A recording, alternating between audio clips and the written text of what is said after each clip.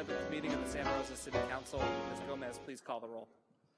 Let the record show that all council members are present with the exception of Mayor Corsi and Councilmember Sawyer.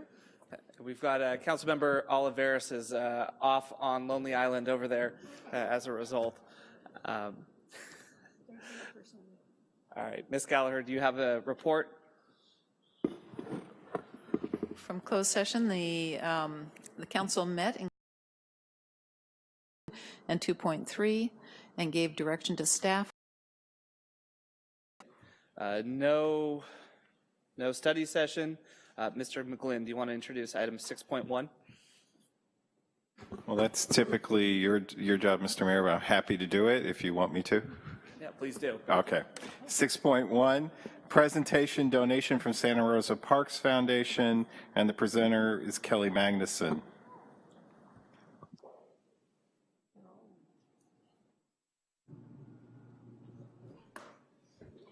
Good afternoon, council members. I'm Kelly. Good afternoon to actually introduce the board president of our Parks Foundation. Entered into an MOU with the city to begin a fundraising project to raise money to replace the Howarth Park train.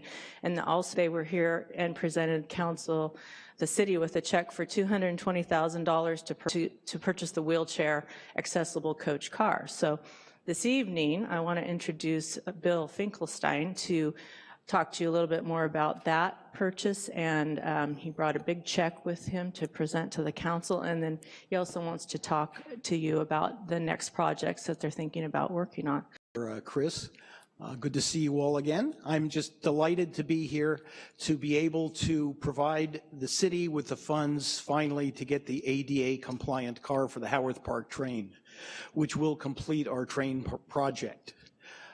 A special thanks goes to Kelly, of course, who has been our liaison and has attended all our meetings, and all the staff of Recreations and Parks who has made all of this possible. Big thanks goes out to the entire staff. Since we are all volunteers, you know, it's basically just a bunch of us citizens trying to get together to do good. So anyway, so we are happy to be able to present to you with the check for the train that, when added to the funds from the sale of the old engine, are enough to buy the ADA car. So we're looking forward to working out the logistics with Recreation and Parks to work on our next project, which will be facilitating the gathering and communicating to you of the funds to restore the parks that were burned in the October fires. So we're just working out exactly how we're going to structure that, and you'll be seeing probably another MOU coming shortly in that venue. So with that, I'd like to, who else is here from the board? I would like to introduce one other board member who is here today, Mary Mack. And, okay. Yeah, and also Jennifer Walker, who's here from the new board.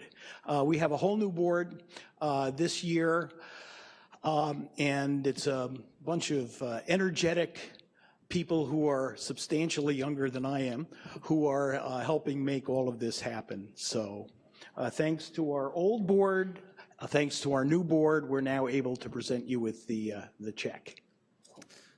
Okay.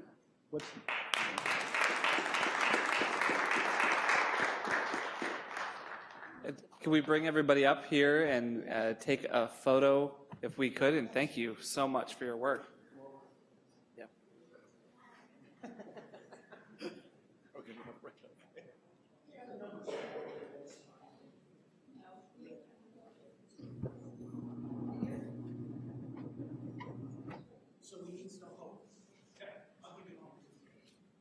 Okay. You know, a little closer. Okay, 1, 2.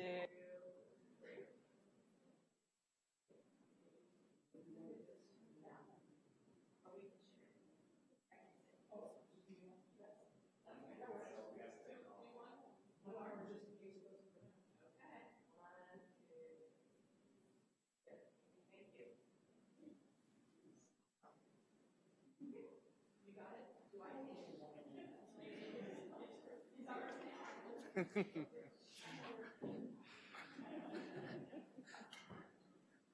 think Councilmember Combs is trying to steal the check.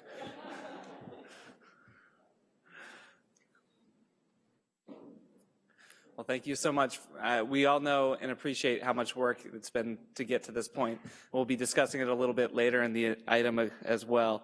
Mr. City Manager, item 7.1. Item 7.1, fire recovery and rebuild update. The first person out of the gate is Paul Lowenthal, debris task force leader.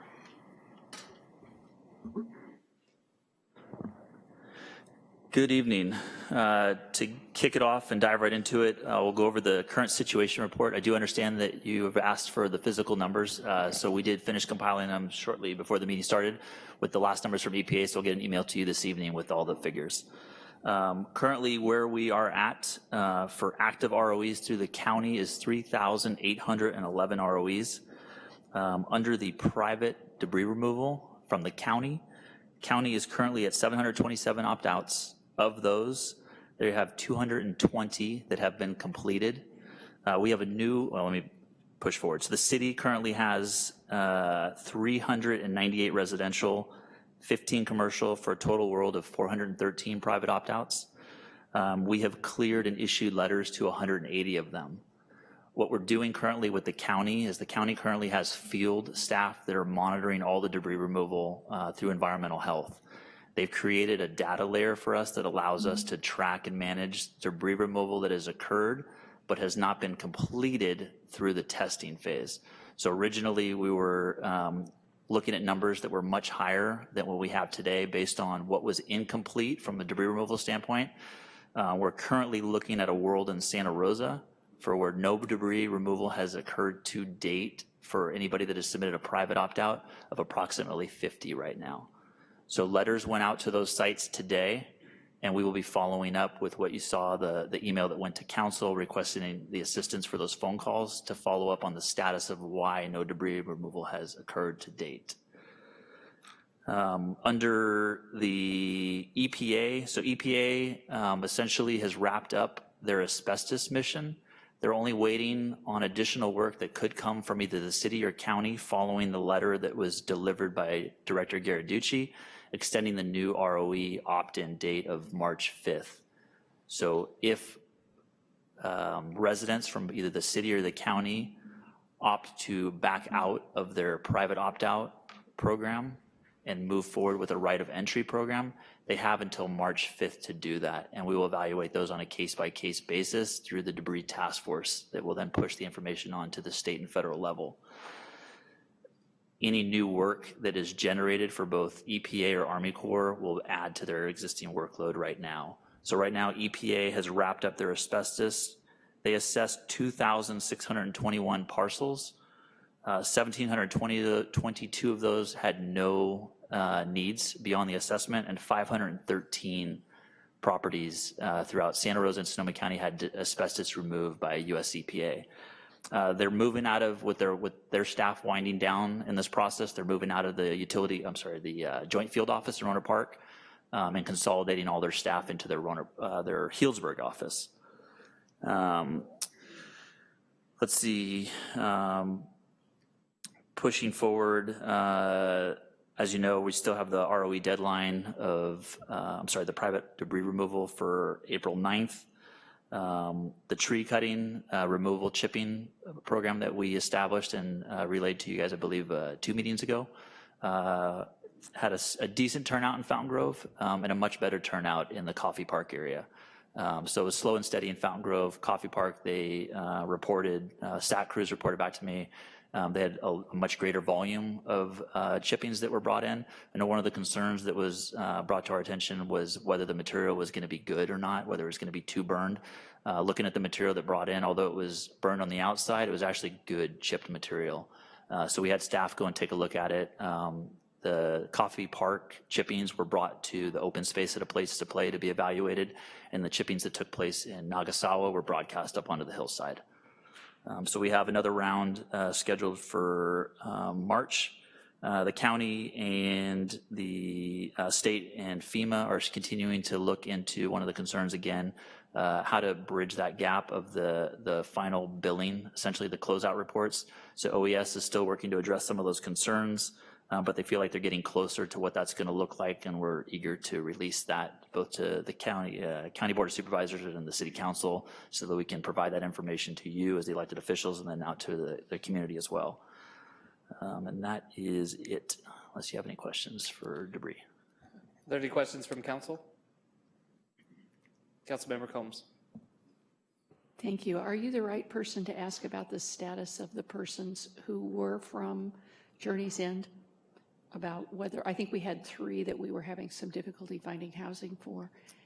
I'm not sure who's the appropriate person to ask. So all folks that were in concern were given extended status for 30 days. We're providing a council an update past that. But I will ask Dave Gwine to communicate a full report to council so it's a clear understanding. Thank you. And can you be clear about when the 30 days is up for those people so we know whether or not they have a landing place after that? Well, again, we may be going through cycles of 30 days. I want to be clear about that, but I will allow Dave Gwine to communicate that out to the full council. I appreciate it. Thank you.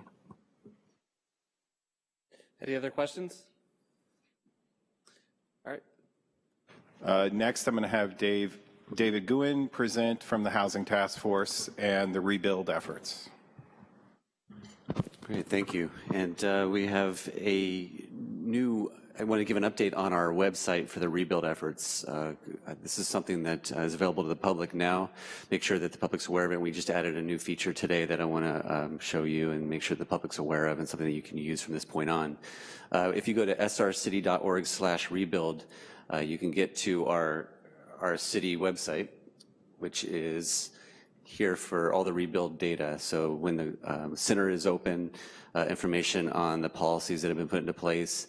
And then we also have some one-sheet documents here that people can look for if they're doing a temporary housing, how to get through the journey, establishing a water connection, permit checklist. And when you click on these, essentially what it does is it opens up a PDF that then you can then download. You can get all the information, you can print, you can review what you have to submit to get through the process. So all this is available for anybody on the website. The other nice feature of this website is staff is keeping this up to date. So every time we get questions, if you go to this frequently asked questions, we add to this list. It's a fairly substantial list at this point, and we're working on different groupings: debris removal, damaged trees, sidewalks, demolition fees, and this is constantly gets updated as we learn more, and questions that come into the permit center at room 6, they're being added to this, so everyone has all the information at once, and it's all public. So there's a lot of great information on this website, and we're working on showing notifications of when things change.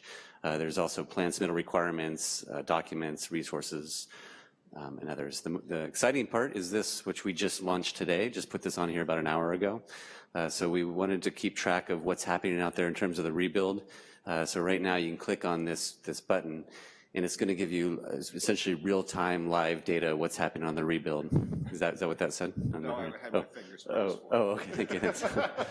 There's no IT person here, so it works. Yeah.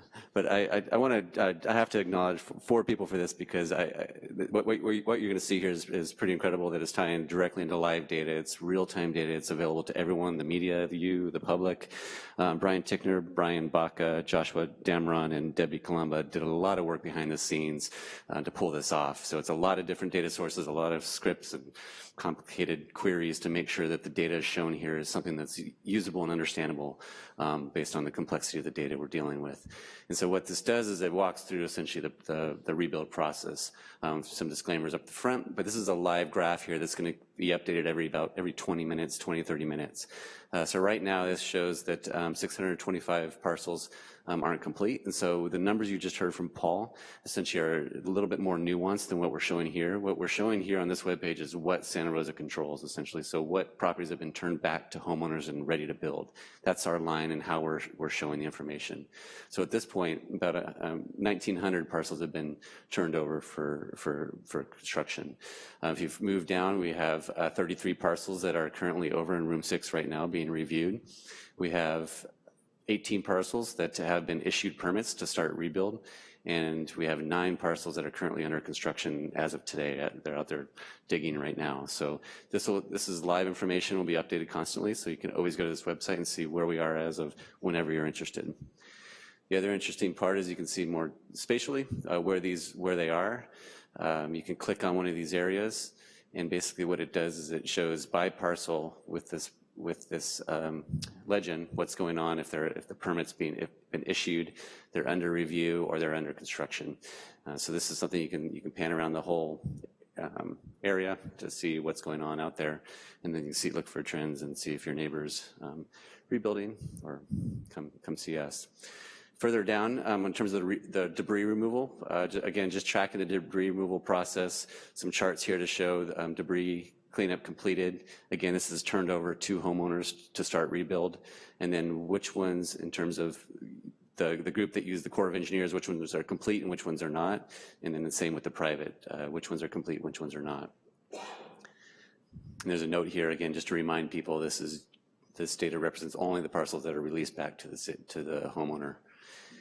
Further down, we looked at a larger scale map to show people where the activity is occurring. So this map essentially represents when people have actively walked into the permit office, submitted for a permit to rebuild, their permit's being reviewed, they have a permit in hand, or they're under construction, those 3 things.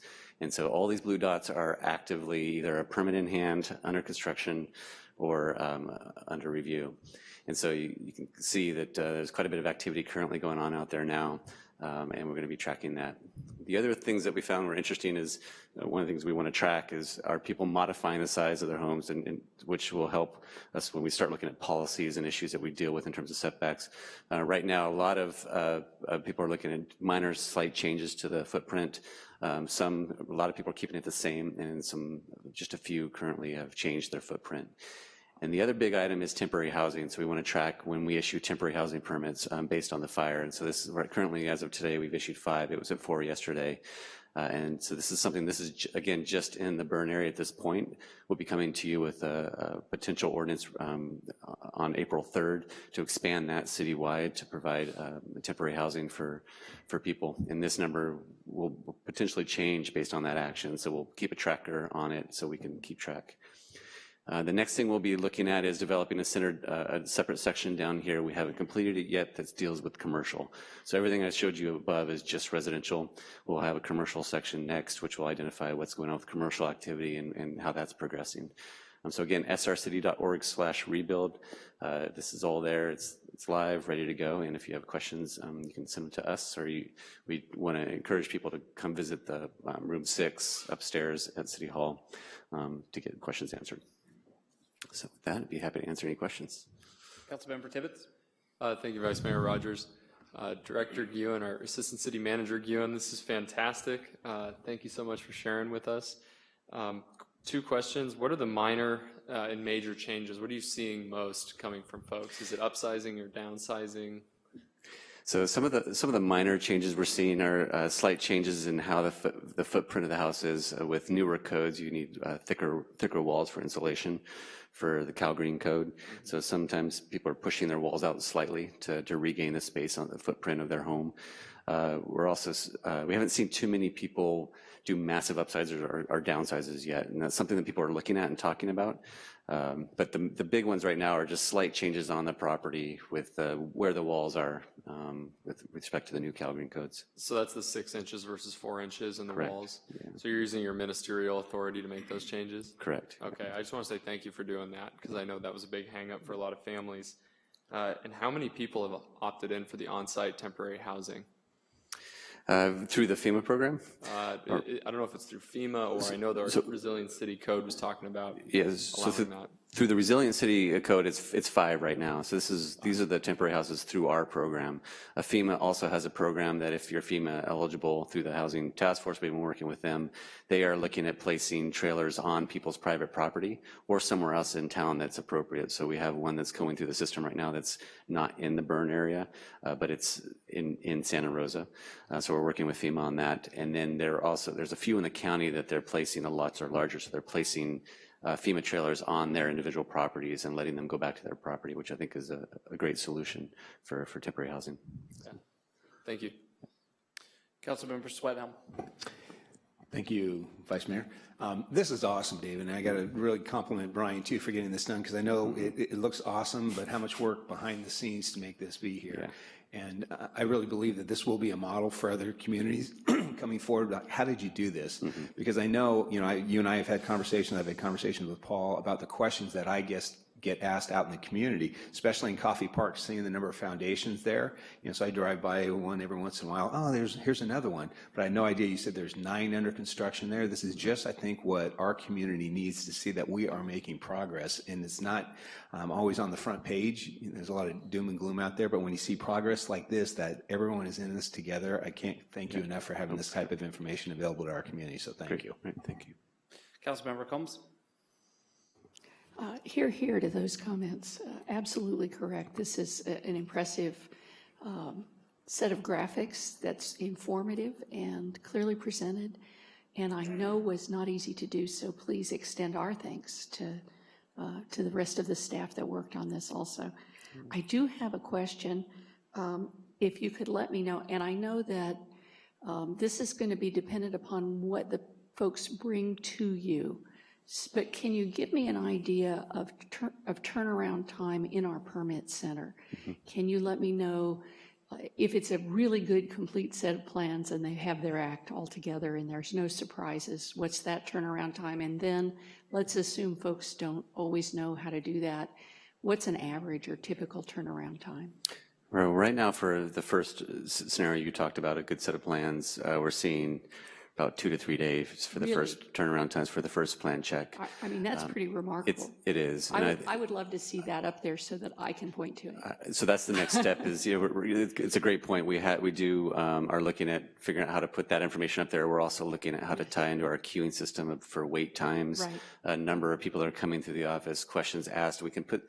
It's all data, so if we can try to put that up here and have a real-time measure so people can look on the website, see there's a 10-minute wait, a half-hour wait. They can schedule an appointment, do it on their phone. So those are the things that we're going to be rolling out here shortly. Wonderful. For people. So I think your question about the turnaround times, they're doing an amazing job up there. We're working through a lot of issues just through the first batch of these. But again, the straightforward ones are about 2 to 3 days. 5 days max is what we're looking at for those. And then what happens is there's typically the first set of comments. So they'll put comments on them, give them back. The architect engineer will fix those comments and come back, and typically that's a lot quicker. So sometimes that could be over the counter if all the right people are in the room, or it could be just a couple days turnaround time if they've completed all their comments. So again, the more complete, the quicker it is, and we recommend people come into the office ahead of time and sit down with us and talk through what they're proposing to do. Look at the resources online in terms of what we're going to expect from people as they submit, and that'll help you through the process very quickly. I really want to appreciate that. Thank you very much. It's not easy to do turnaround times that short, and I really want to appreciate your staff succeeding in doing that. Thank you. Thank you. Thank you, Mr. Guin. I have to say, I've heard from other cities that are either watching what we're doing or going through the same things, and all of them have mentioned to me what a great job our staff has been doing, sort of leading the way and showing what they should be doing to communicate with their constituents better. I had 2 questions in particular about the rebuild, and I apologize, I know we've covered one a little bit, but can you remind us what the real substantive difference between minor changes and major changes are in the process, and how do you classify one as minor versus major? Yeah, and I'd have to get the exact square footage for you. I don't have that off the top of my head, but a minor change, we would say, is pretty much anything that you're adding. I don't know if anybody from buildings here, but about a couple hundred square feet change.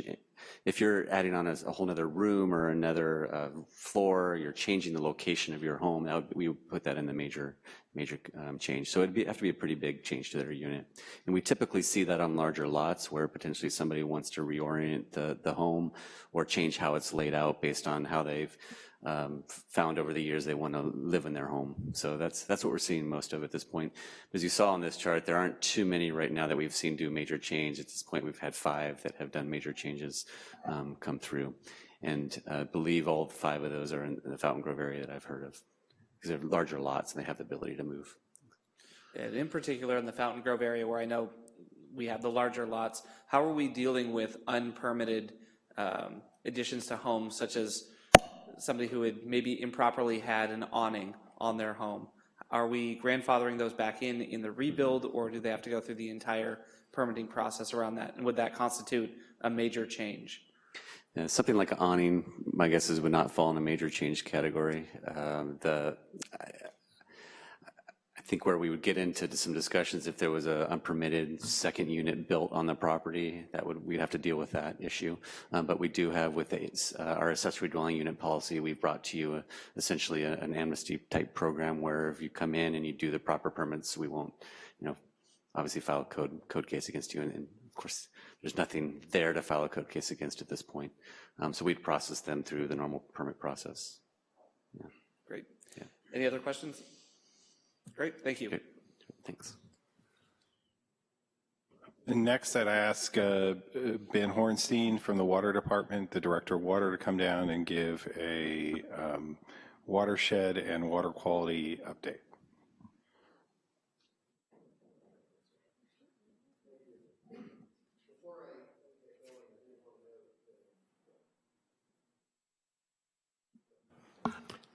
Before I get going, I did want to briefly note that this effort, of course, continues to be among the very highest priority in the city, not just in the water department as it is, but the entire city's support.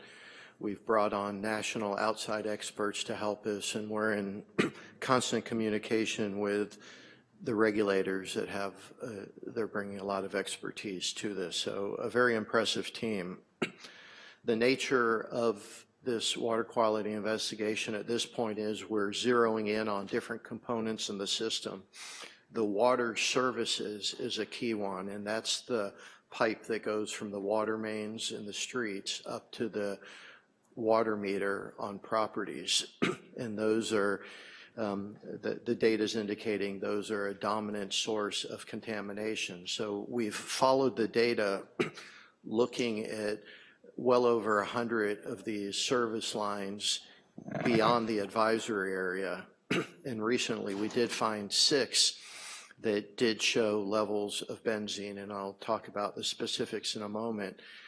An important point is that all 6 of these samples were part of the investigation and do not reflect the water quality in that zone. And we are realizing that some in the community have gotten confused as they look on the map and they see these high numbers and not easily able to distinguish what's part of your targeted investigation and what's reflective of the water quality in the broader city and even in these burned areas. So we are looking at updating our maps. I wanted to note to make that clear, but I did want to emphasize that point because there has been some confusion on it. This is the circled points are, you've seen this map before. These are the 6 points outside of the advisory area where we've seen hits of benzene for really the first time. And that is prompting an expansion of the investigation through the entire water system. We continue to flush, clean, replace when we get a high number like this. Flush it, sample it again to confirm that that took care of the issue. All the services that were circled and everywhere we exceed the MCL, we replace it, flush it, resample. We're performing frequent sampling of the mains outside the area to be able to have confidence in the quality of the water that folks are receiving. And we've brought on among the experts a forensic chemist we've cut out sections of pipes and other appurtenances, and they're investigating to confirm what the data is indicating, where the sources are generating the benzene from. As I noted, a lot of collaboration going on. We're sampling outside the advisory area within the burn zones. And just to reinforce, no evidence of benzene in the water mains. It's the best indicator of the quality of the water in that area. The 6 services to properties that showed benzene above 1 parts per billion, that was directly attributed to sampling their service lines. Both to date, the water quality samples and the investigation samples in Coffey Park are non-detect, so far that's holding well. and the water quality advisor area is not expanding. So some are wondering when we have some hits outside of this area, this is based on the data, based on close scrutiny by the regulators, and they are not suggesting, advising, or supporting at this time any expansion of the advisory zone. As you know, within the advisory zone, there's the restrictions that we've talked about are still in place, and they're important for the public to follow these advisories. We've done extensive and continue customer outreach.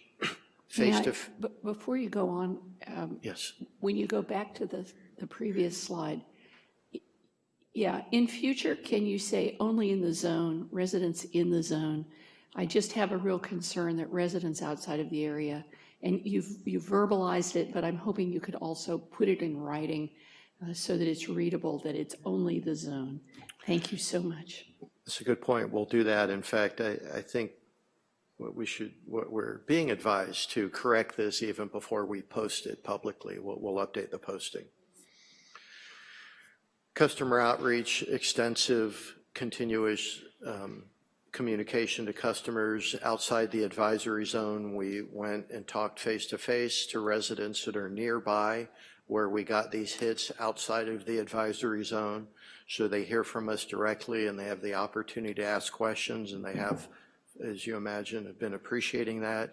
We're also doing door tags, emails, calls, and letters, trying to keep folks up to speed with the latest information and continue to provide bottled water in the advisory zone. In terms of next steps, some of the key milestones, 60 days from February 15th, I think that means April 15th or thereabouts, we have to have the fix, the potentially significant project defined and supported by FEMA for reimbursement, and that's quite an effort from now until then, which means we're targeting to conclude our investigation by the end of March, the determination of the sources and the project approach, including the schedule for the fix. And we're working on funding options. We're, at this point, making an assumption that we'll get the upfront 40% from FEMA, but there's work to do, as you know, to build the confidence level that that's how it'll play out. And we have a tremendous amount of information online, and we continue to add to that. And we have a water quality hotline, 707-543-3965. If you have any questions, I'll take them now. Great, thank you. You keep mentioning the testing.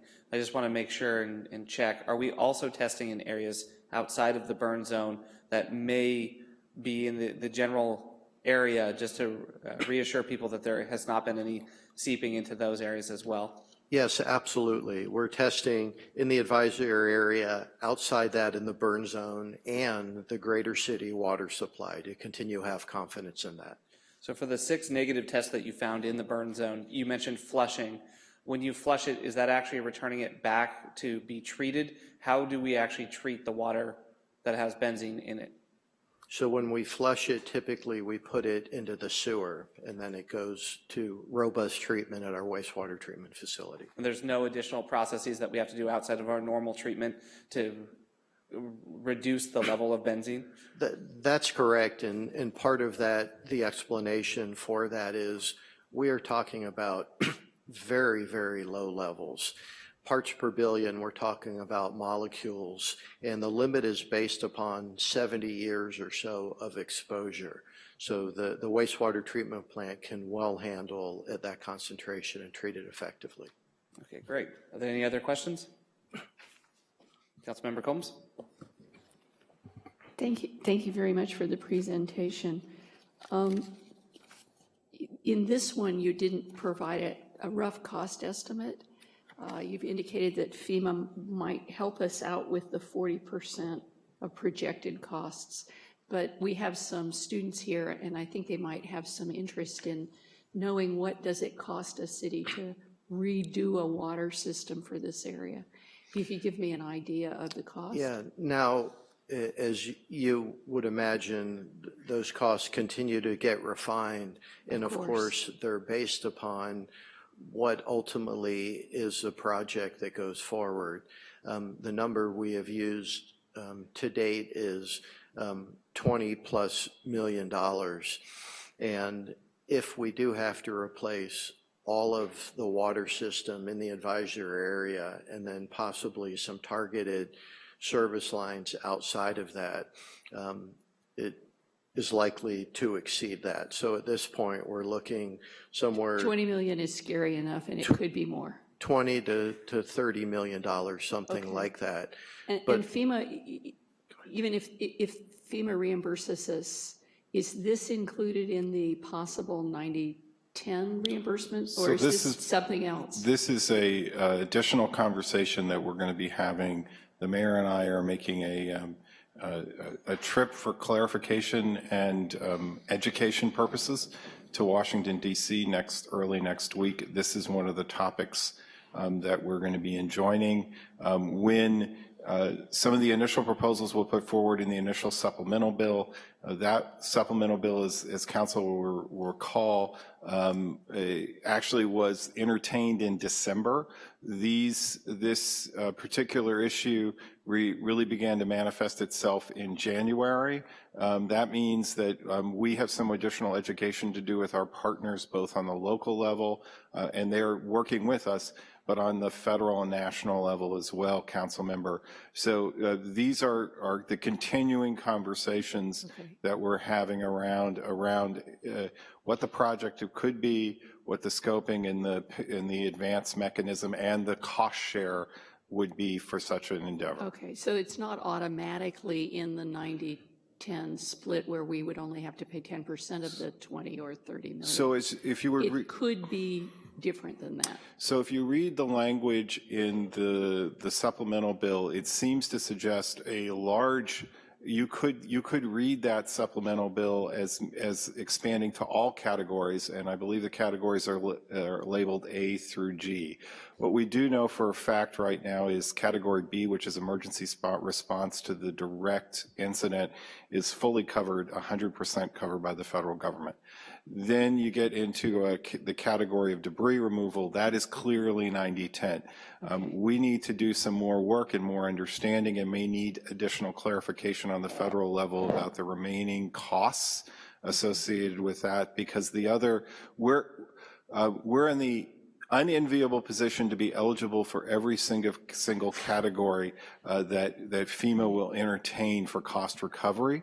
But we need to get some more clarification on where exactly the split lies on those other categories. If we discover something else, is there a deadline so that we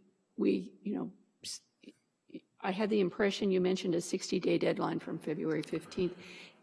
If we find another area that has a problem. So as long as it can be tied back to the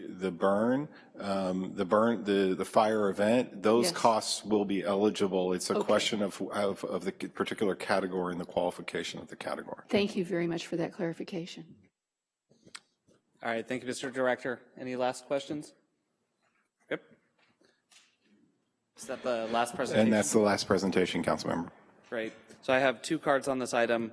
First is Dwayne DeWitt, followed by Bruce McConnell.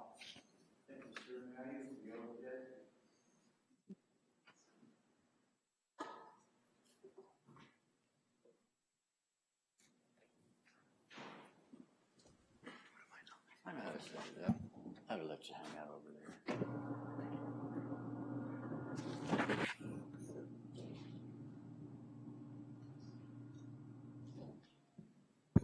Hello, my name is Dwayne DeWitt, and I appreciate all the hard work that's been done by the staff on this effort.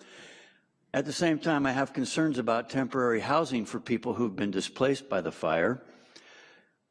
A week ago today, on the 20th, I was with a veteran from Vet Connect, and we spoke with one of the residents of Journey's End who survived the fire but was displaced. He and his wife are now stuck in Sacramento. They'd rather be here. One of the things that has perhaps not been spoken by you folks is that there's a need also to house those who didn't own property. All this discussion is always about the homeowners and the property owners, but there's renters who are displaced. And there were people who didn't even have shelter who were displaced. Over in my neighborhood, Roseland, just about a half mile that direction, we have over 150 to 160 people who are homeless and they're trying to find their way. And this headline is from the Sunday San Francisco Chronicle.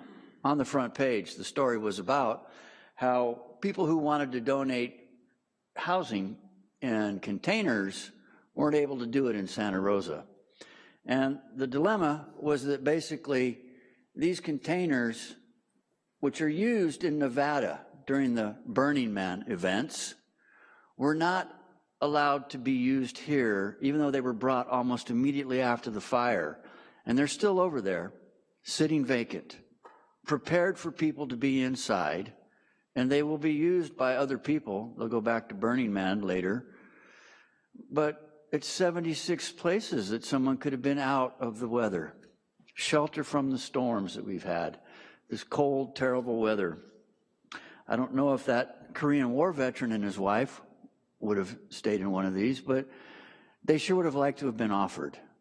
So I appreciate that we have a nice website and we've got some good tracking, but the real world is we have to do something such as was said in this article. When you're faced with this kind of a disaster, you hope that people are able to think outside the box.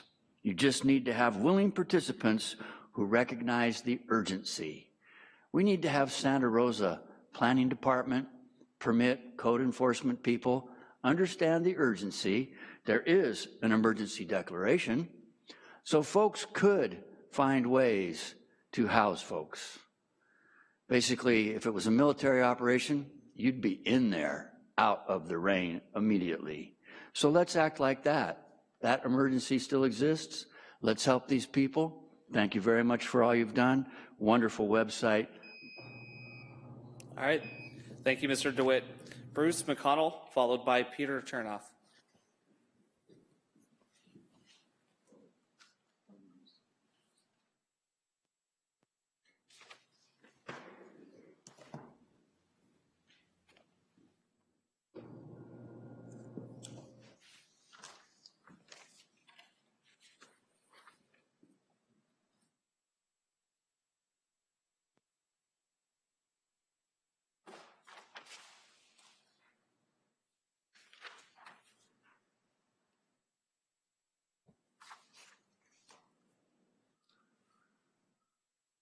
Hi, I'm Bruce McConnell, Santa Rosa.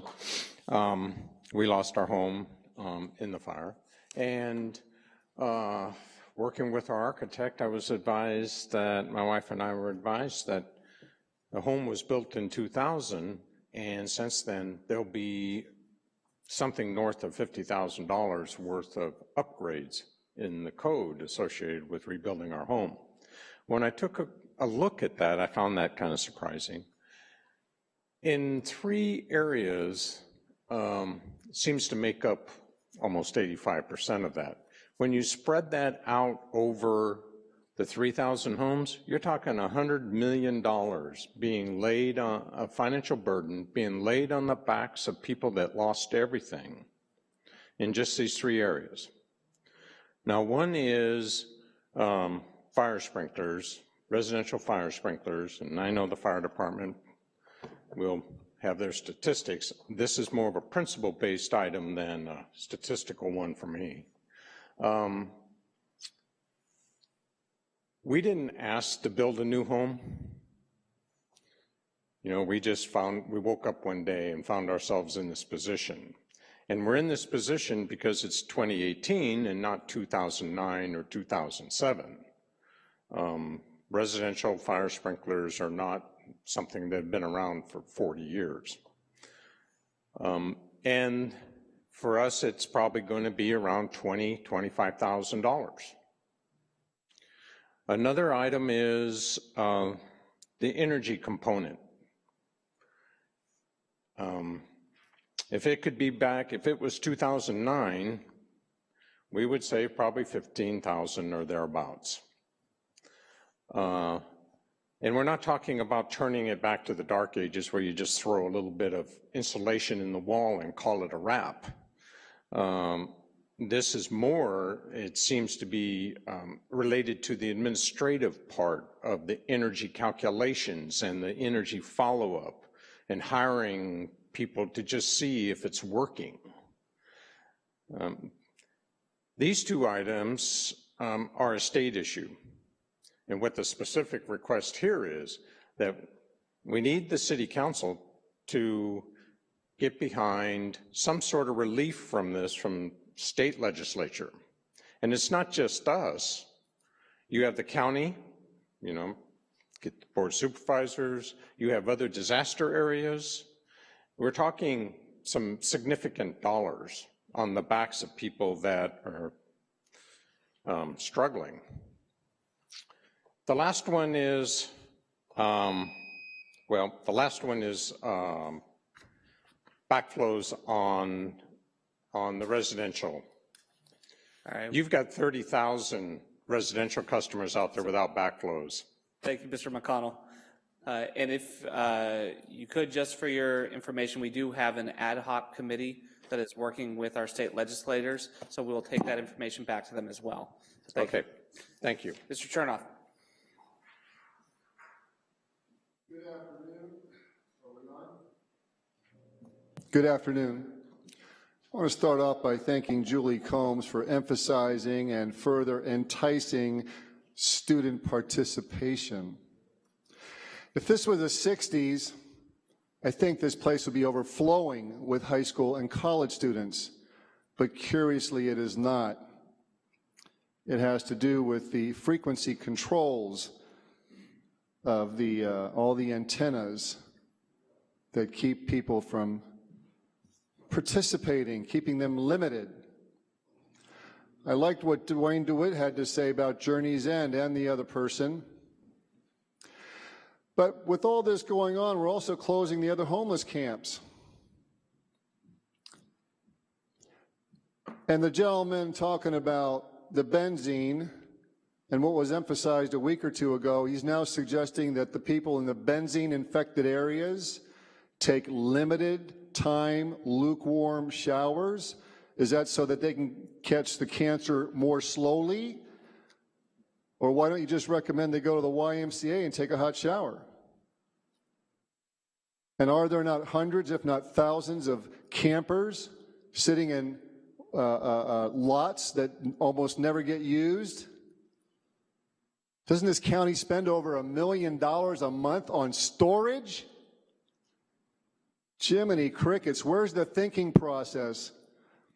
I sure hope these students shut down the schools and demand common sense from the adults, because I don't see hardly any of it. This could be so workable. Now, the one thing that Dwayne DeWitt said, he talked about military operations and it would be fixed right away. The problem is, unfortunately, I think this is a military operation orchestrated by foreign bankers' masters. And Oakland Mayor Libby Schaaf was right when she said the ICE raids are increasing. The papers aren't covering the truth. There's 400 to 500 FEMA human transport train cars in Richmond. I watched them roll in last week.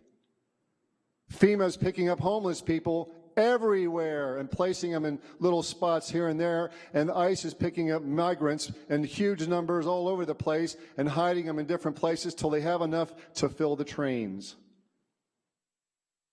The good Germans are here. We're going to pretend we don't hear. It's happening right now. The beautiful thing is that this is day number 27. We're one more day closer to heaven. So as bad as it seems, I believe that we can change the entire game. It's almost a full moon. That could be your high noon, because the adults need some help. So a beautiful command from on high, the highness being in your heart. Shut down the labor in the schools. No longer be the system's fools. I am that I am, as the Son of the One. Thank you, and Mr. as I've Chernoff. said it, so now it be. Thank you, Mr. Chernoff. Mr. McGlynn, item 8.0. City Manager's report. I have nothing to report. And I have nothing to report. Great. Any statements of abstention from the council? Councilmember Combs? I wasn't here on the January 9th meeting, so I'll be abstaining from those minutes. Mr. Vice Mayor, I will be abstaining from item 14.2 as my residence is within 600 feet of the project. Great, thank you so much. Item 10.0, Mayors and Council Members' Reports. Councilmember Tibbetts. Thank you, Mr. Vice Mayor. I've got a couple of things to report. One, it's important that the public is aware, especially the community in the fire-affected areas in the rebuild zone, that Sonoma Clean Power, in partnership with a lot of the cities in the county, have been working on an incentive-based program to help transition to zero net energy homes, as well as providing added incentives for going no gas, and as well as including a renewable source for your home during your rebuild. Specifically, they're offering $7,500 to construct a zero net energy home. They're offering an additional $5,000 if you choose to not connect to gas, as well as an additional $5,000 to use a renewable source of energy to power your home. That is one thing. The second thing that I want to bring up is I was made aware recently by representatives of the cannabis industry that I think this is my understanding of it, so forgive me if I'm wrong, but California state law requires that a jurisdiction, in order to hold cannabis-related events, must address it in their local ordinances. And it was my understanding that the recent, I think it was the Emerald Cup that was held, was done without an ordinance. Our cannabis ordinance didn't address it, so I don't know what that means as far as the event being held. Similarly, we have the High Times event coming up, and I'm thinking that this might be a good thing for the cannabis subcommittee to look into if there's any validity to what I had heard. But I don't know, Mr. McGlynn, do I need a second to try to refer it to the cannabis subcommittee, or what do you think the best course of action is? I'm sorry I missed that. I just wanted to backtrack a little bit. I do not believe Sonoma Clean Power Board has approved that program. I think the program is still in process, so I want to make sure clear for the public that that is a program that's under contemplation, the Sonoma Clean Power program, but I do not believe the board has approved that yet. We will get notification out to council if it has, but that's my understanding at this point. And I'm going to need, unfortunately, sorry, just if I can get a little more clarification. I came in on the High Times event. Okay. So. It's a good time to come in. I was going to say, could we have the cannabis subcommittee look into whether our ordinance needs to address events in the city of Santa Rosa? I think you've got a cannabis subcommittee member here, and I would say Mr. Rogers could open that conversation, or Mr. Olivares. They're both on the committee. They're here. I'm not sure it requires action if they're willing to contemplate it. Mr. Olivares, you're the chair, correct? That is correct, and I believe Mr. Goon has taken note of that, so yeah, staff will bring it to us. Okay, thank you. Thanks. That's it for my report. All right, Councilmember Sweathelm. Thank you. A couple things. First of all, on February 8th, we had a meeting of the Santa Rosa Groundwater Sustainability Agency. At that meeting, we introduced the fee rate study and update, and I really want to let the public know the fee study is going to most likely affect everyone in the city of Santa Rosa. A lot of folks think that if they're not getting directly from groundwater, that it's not going to impact them. But with what the state GSA plans coming up, it probably is going to most likely affect us. So I want to let everyone know there is a community meeting on March 21st at the Finley Center from 5:30 to 7:30. Again, March 21st at the Finley Center from 5:30 to 7:30. The consultants that have been hired by the GSA board will be there to hear information about from members of the public regarding the fees. The information will then be presented to the GSA's advisory committee before going to the board. So I really encourage people to get educated about the concept of this. We also made some requests to see if the BPU and this council can have some a study session potentially regarding this upcoming fee structure. Additionally, at the meeting, we identified Ann Dubé from the Sonoma County Water Agency as our agency interim administrator from March to June 30th. And then the Sonoma County Water Agency budget will be going to the Board of Public Utilities on March 1st, and then will be coming to us on March 13th at that meeting. I will be receiving direction from this body as to which way we want to vote on that. On February 14th, we had a Santa Rosa Violence Prevention Partnership Steering Committee meeting. was really interesting. We had presentations by the District Attorney's Office on bullying and their active engagement in that. And then also Diane Kitamura, the superintendent from Santa Rosa City Schools, shared information about their iSmart phone application, which would be an anonymous way for students on campus to report inappropriate behavior to administrators, and they can take action on it. Additionally, we received a presentation from the Roseland Community-Based Initiative Parent Leadership Group based on their work, and again, these are neighborhood parents, based on their work in reducing youth violence in Roseland. On the 16th, I attended the Low CN meeting, which included a very robust discussion with our 3 sheriff candidates.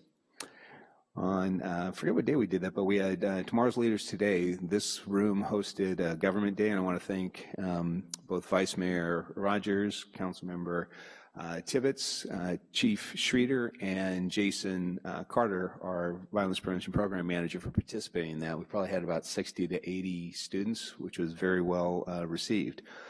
I also want to thank the Human Resources Department for their Employee Services Awards, hosting it on February 22nd. It was great to acknowledge all the incredible employees that we have, and some of the tenure of some of those folks, really inspirational.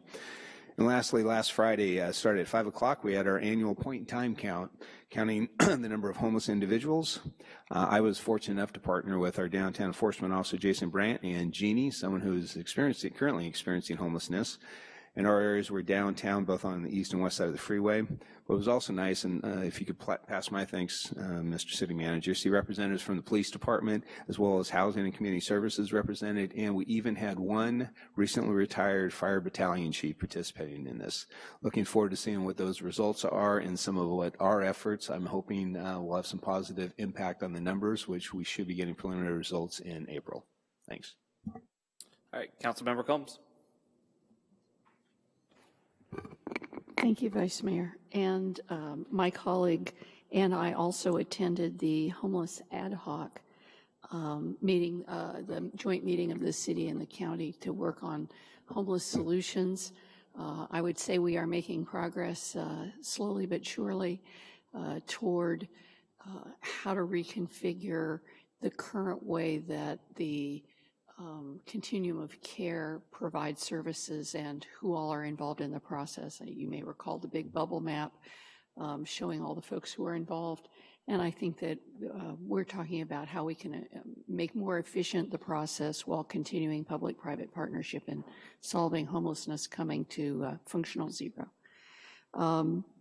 I also attended a meeting of the Golden State Mobile Home Owners Association, GSMOL, and they sent their newly made handbags, shopping bags, so I'm passing out shopping bags for you all. They're very interested in knowing when their item, which is regarding their current, they have a rent control ordinance, their current rent control ordinance.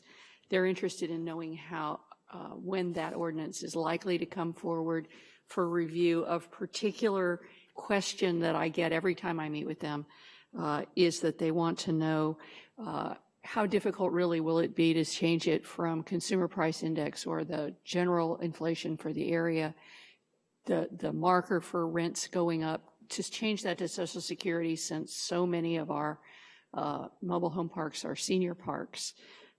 They also have a lot of questions about how to open another mobile home park since Journey's End has been affected so drastically by the fire. And I want to appreciate a conversation that I've had more in association with the ABAG Regional Planning, with our planning staff and the director, providing me with some more full input when I'm representing our community at ABAG and regional planning meetings. I really want to appreciate the opportunity to meet with our planning staff and to have clarification on some of the messages that in part is linked to the GSMOL meeting, because there was also a conversation about how we could eliminate barriers to the creation of mobile home parks. And one of the ways was to, once the park is zoned as a mobile home park, once the land is the proper zoning, to not require all of the associated major use permit components of that, but to maybe possibly consider it by right so that it would be able to go forward after it had cleared the zoning. I would be interested in hearing that conversation, but they are very interested in the progress on the rent control ordinance and understood that it was delayed because of the fire, but are ready to get back interested in that again. I also have a couple of other comments that are associated with our report out time. I had the opportunity to meet with Alan Thomas and also Councilmember Tibbetts was present. Mr. Thomas is very concerned about the status of the Bodine asphalt plant. My understanding was that prior to the fires, we were making some progress on enforcement issues associated with the asphalt plant. I believe they are continuing to be in violation of our noise ordinance, and that is a great concern to the neighborhood. I'm wondering if I can request from the council, from our city manager and from our mayor to agendize a status report about the Bodine plant so that we can hear what the status is, because that neighborhood is becoming very concerned about it. I'll second that. Okay, thank you. If staff wants to bring it back earlier, that's fine, or we can go through the standard motion-making process. On an even more serious note, I've been following a family that's been involved with a domestic violence issue through our processes, and predominantly through county processes. This is a family that had 3 children, one of whom is 6 months old.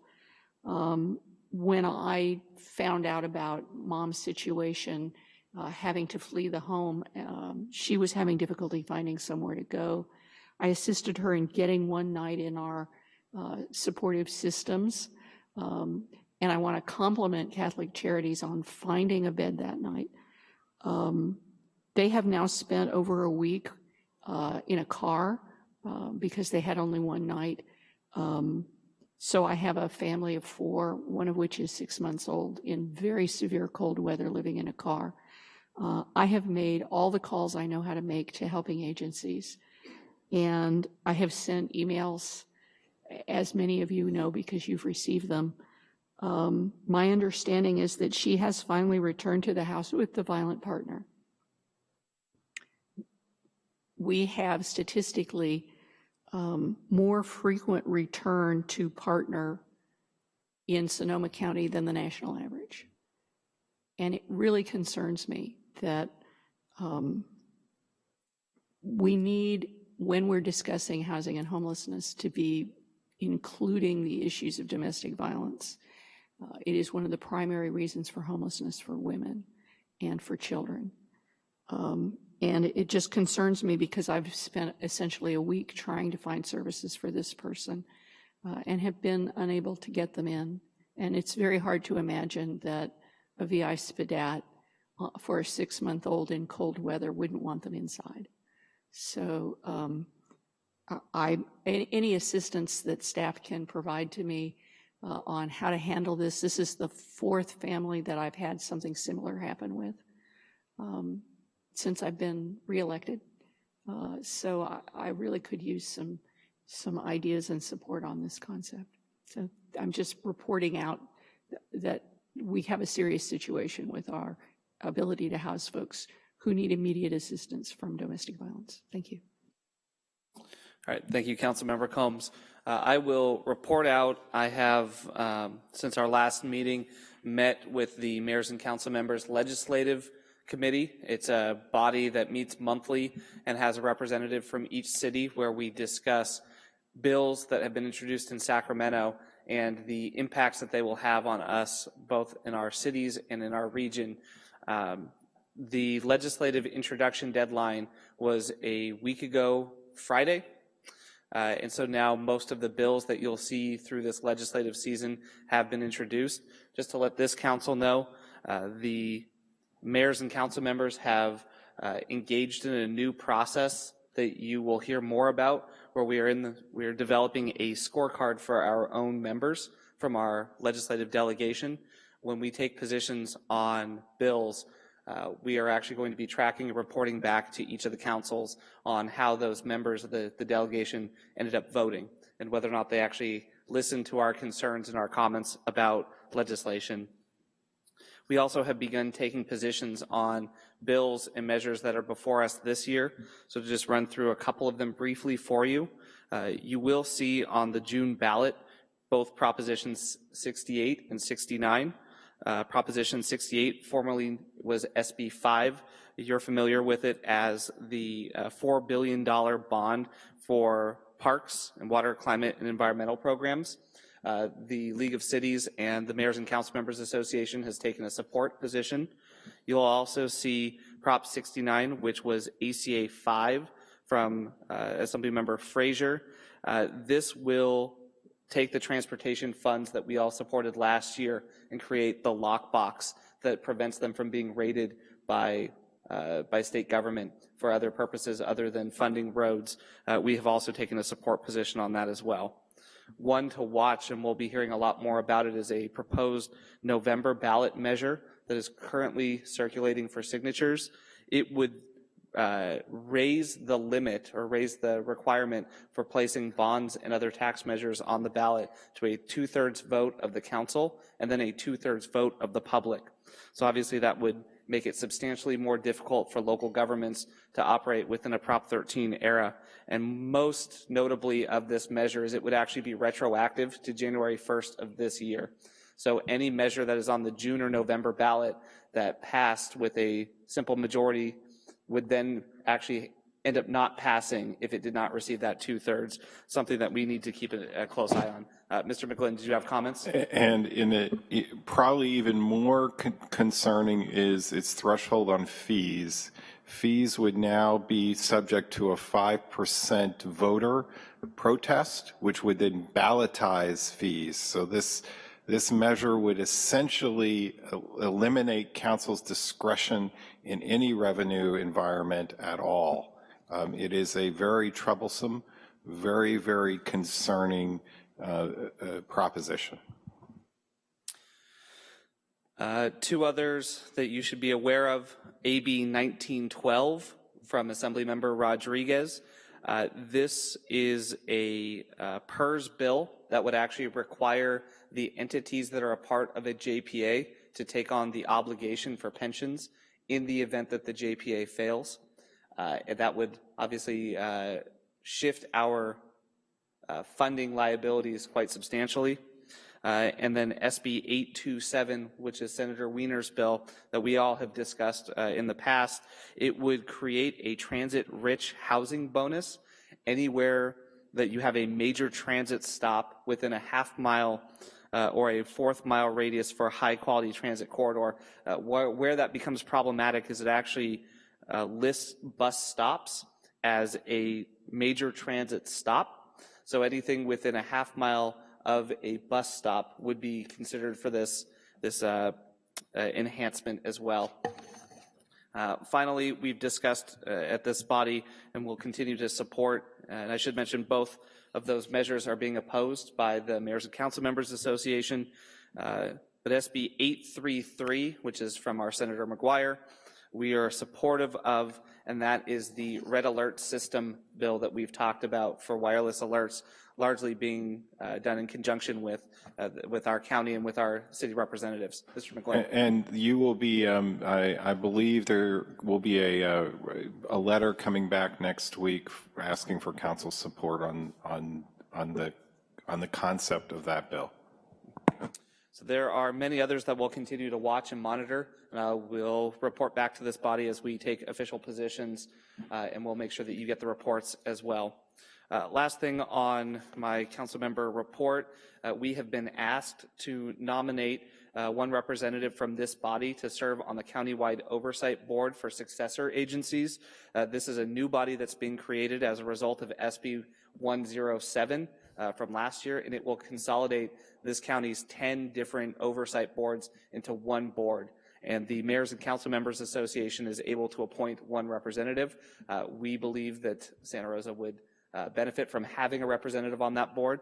So I'm going to open it up for nominations from the council. Councilmember Tibbetts. Thanks, Vice Mayor Rogers. You know, it's probably a good idea to consolidate those boards to help herd the cats, but I'd like to nominate you, given your legislative experience and understanding of successor agency policies. I'll second that nomination. Are there any other nominations? All right, your votes, council. We are on regular. And that passes with 5 ayes.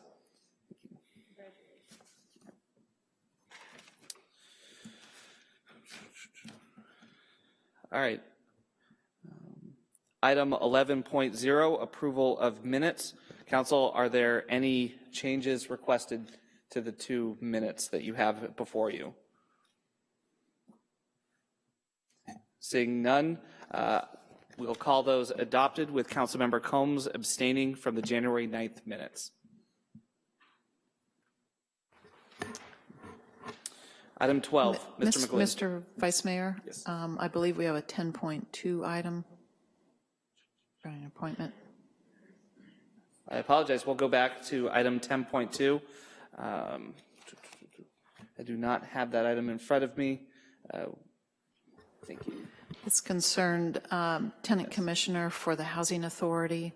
We did have a withdrawal. And so what's before you is to appoint in his place, to appoint Lenora Johnson. And that you could either make a motion and vote to appoint her, or you could direct staff in Housing and Community Services Department to conduct a new recruitment. She was the next largest vote getter, is that correct? Correct. That is I'd correct. make a motion to appoint the next highest vote getter. Is there any discussion? All right, your votes, council. And that passes with 5 ayes. Thank you. Now, Mr. McGlynn, item 12.0. 12.1, resolution, contract award, BMP replacement and protection in the public right-of-way within the burn scar areas.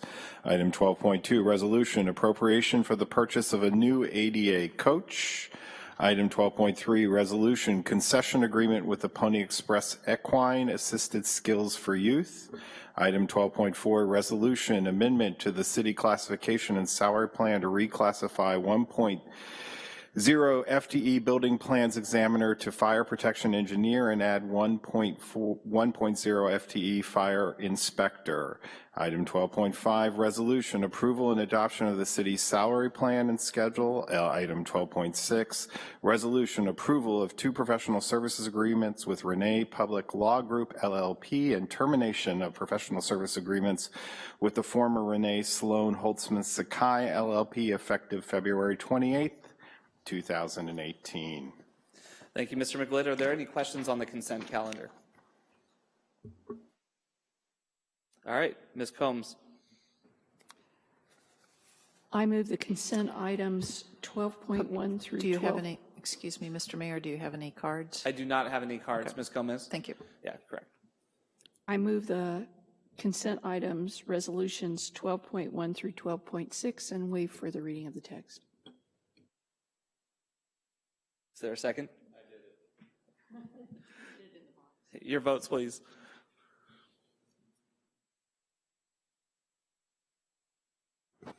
Councilmember Tibbetts? If you would please vote yes. That passes with 4 ayes, and Councilmember Oliveros has stepped away from the dais. Do we have any cards on public comment, Ms. Gomez?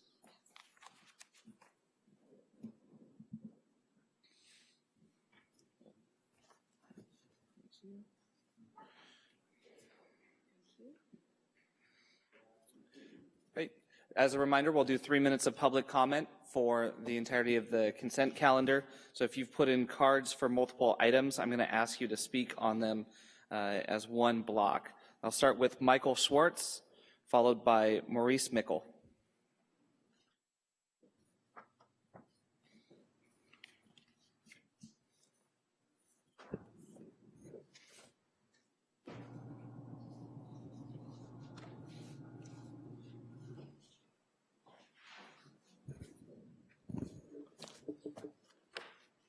My name is Michael Schwartz, Thank you for the opportunity to speak to you today. The purpose of my presentation is to bring about a cultural change. The subject of my presentation is toy guns. I'm here today to suggest the City Council consider drafting an ordinance to eliminate the sale within the City of Santa Rosa of any item considered to be a toy gun. Please take a moment to consider the words toy gun. To a child, a toy is something with which to play. A gun is something whose primary purpose is to kill. I find the idea of giving a child something to play with whose primary purpose is to kill reprehensible. I see no value in enabling children to play at causing death. I wish to change the mindset that guns are toys and killing is fun. There is a precedent for my proposal. Recognizing the danger of future tobacco use through the marketing of bubblegum cigars and candy cigarettes, legislation was created to take those products off store shelves. The results of removing those products from store shelves was the first step in effectively moving tobacco from the world of children and restricting it to the world of adults where it belongs. I am hopeful that my proposal will have the same result. We need to begin to change our perspective on guns as effectively as we have changed our attitude of our society on tobacco. We need to start somewhere to change the mindset of children on guns. We did it with tobacco. The City of Santa Rosa could take the first step to change the idea that a gun is an acceptable toy. The City of Santa Rosa could take a stand and make a clear statement on the primary purpose for which a gun was created and intended. Other cities most certainly would take notice. Dialogue most certainly would occur. Such a city ordinance might draw national attention. It could lead to meaningful dialogue about gun control without incurring the ire of the NRA. To my knowledge, Article 2 of the Constitution does not cover toy guns. The City of Santa Rosa could make an honest attempt to change a cultural attitude toward guns as acceptable toys by simply removing all of them from the store shelves. A cultural mindset change has to begin somewhere. Why not start right here in Santa Rosa? Let's take steps to keep guns, any guns of any kind, out of the hands and minds of children. Again, I ask the City Council to please consider drafting and enacting an ordinance prohibiting the sale within the City of Santa Rosa of any item replicating a real gun. Thank you for listening. Thank you so much, Mr. Schwartz. And due to the Brown Act, we can't discuss items that aren't on the agenda, but all of us are listening and taking notes. Thank you. Maurice Mickle, followed by Kevin Conway.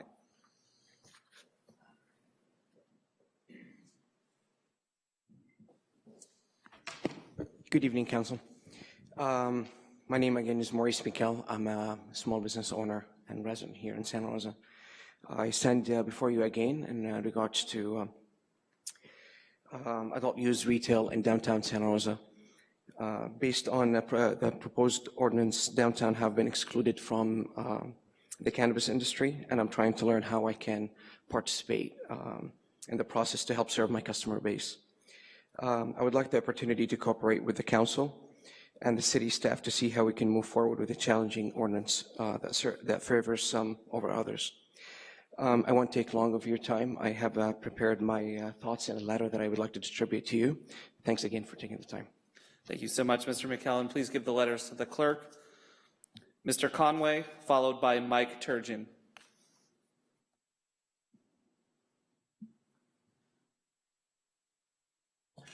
Good evening, Vice Mayor Rogers, council members. Kevin Conway from Santa Rosa and a member of the Friends of the Climate Action Plan.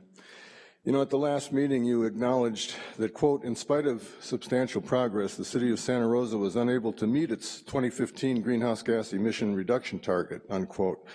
But not only did we not meet our goals, the emissions from the firestorm caused a huge setback in our ability to meet them.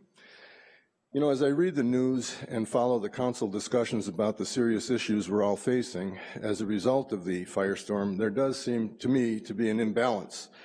There's good coverage on how our housing crisis and homelessness problem was made much worse. about the urgency for victims to get their homes built before their rent coverage runs out, the shortage of builders, the loss of income to the city. These are huge, critical issues that will affect our city dramatically for many, many years to come. And the coverage that they're getting is absolutely appropriate. And this is where the imbalance is, there's precious little coverage about the rebuilding effort being green and sustainable. No coverage on the carbon tax resolution that you passed or on the Green Expo that was held on Friday at the Vets building.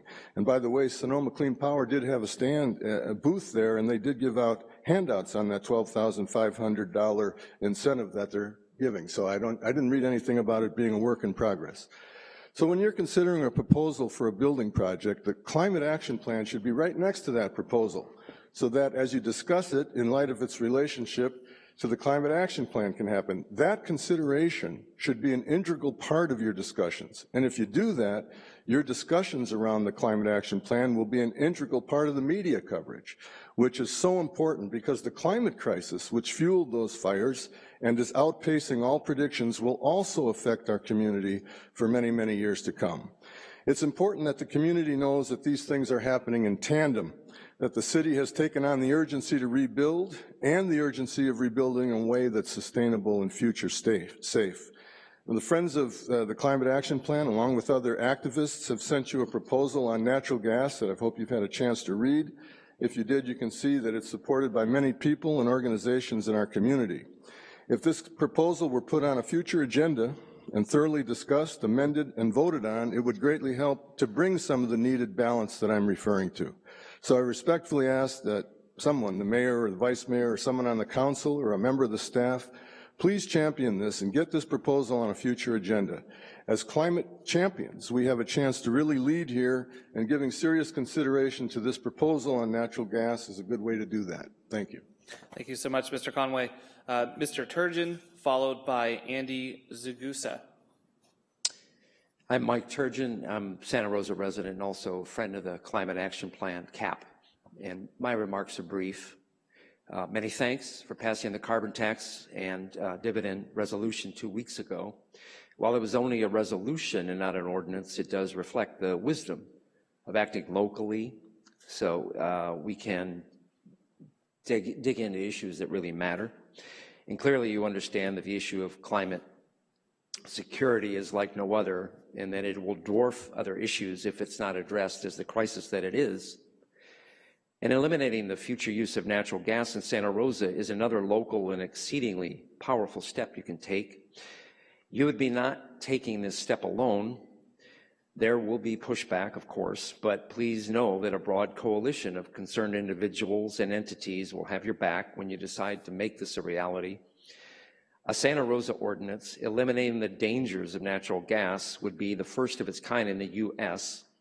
The citizens of Santa Rosa, along with those of Houston, Florida, Puerto Rico, find themselves in unique positions to signal to our fellow citizens that we respect Mother Nature's dire warnings and are willing to change our behavior. And Sonoma County has already been designated as a climate champion, and what better time to demonstrate this by leading the way on this bold initiative. And so I hope that you will bring this crucial item to a future council agenda. Thank you. Thank you so much, Mr. Turgeon, and we'll take that back to the Build Rebuild Subcommittee. Mr. Zagusa, followed by Dwayne DeWitt. I apologize, Mr. Mayor. I think my handwriting is bad. It's Ferguson, Andy Ferguson. Yep, that's... Sorry. Good afternoon, ladies and gentlemen. I speak today as a friend of the Climate Action Plan as well to call for the City Council's consideration of an ordinance prohibiting the further use of natural gas in the wildfires rebuild area. Such a step is envisioned by the Climate Action Plan created by this community 6 years ago. And the current situation offers an opportunity not only to fight climate change as called for in that plan, but to create the essential resilience that Santa Rosa needs to be prepared for future catastrophes. I offer 3 fundamental reasons to support such an ordinance. The first is public safety and resilience. The USGS says that the Hayward-Rogers Creek fault line that runs underneath much of Santa Rosa has a 31% likelihood of a magnitude 6.7 quake or greater in the next 30 years, the highest probability in the Bay Area. The same article says Santa Rosa, due to the nature of the soil here, could suffer greater damage than would occur in other areas. In this light, natural gas poses not only the risk of explosion, but also is acting as a fire accelerant when the next major earthquake occurs. Moreover, in the context of our severe housing shortage, earthquake damage to natural gas mains could require many months to repair, greatly diminishing available housing in a situation that would surpass even what we face today. In contrast, an electric grid can typically be restored in a matter of days to a matter of a few weeks. The second reason for the switch to all electric homes is that the electric technologies for the transition away from natural gas have come down in price, gone up in operating efficiency, and are widely available off the shelf. Moreover, rooftop solar, heat pumps, space conditioning and water heating, and electric cooking and laundry appliances will substantially improve, not diminish, the standard of living for residents in Santa Rosa. Finally, this proposed mandate has a good chance of being fully funded. Sonoma Clean Power and others have teamed up to offer direct funding, plus arrange for substantial third-party financing for this transition. These and other considerations, such as the potential for savings due to scaled purchases, job opportunities and training for Santa Rosa workforce, the financial and regulatory support of state and federal agencies, and most of all, the welfare and resilience of our community, all point to now as the time to act on this opportunity. I respectfully submit that the wildfire catastrophe can serve as the pivot point for us to fully prepare for the future. Thank you. Thank you for being here, Mr. Ferguson. Mr. DeWitt, followed by Peter Chernoff. I'm going to ask to use the overhead.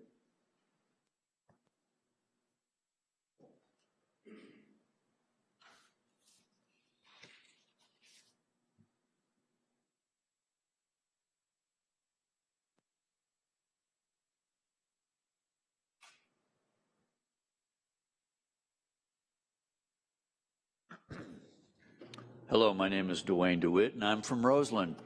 I appreciate what some of these folks have just talked about, and I'd like to show you a manner in which you could be helpful to them and us as a greater community.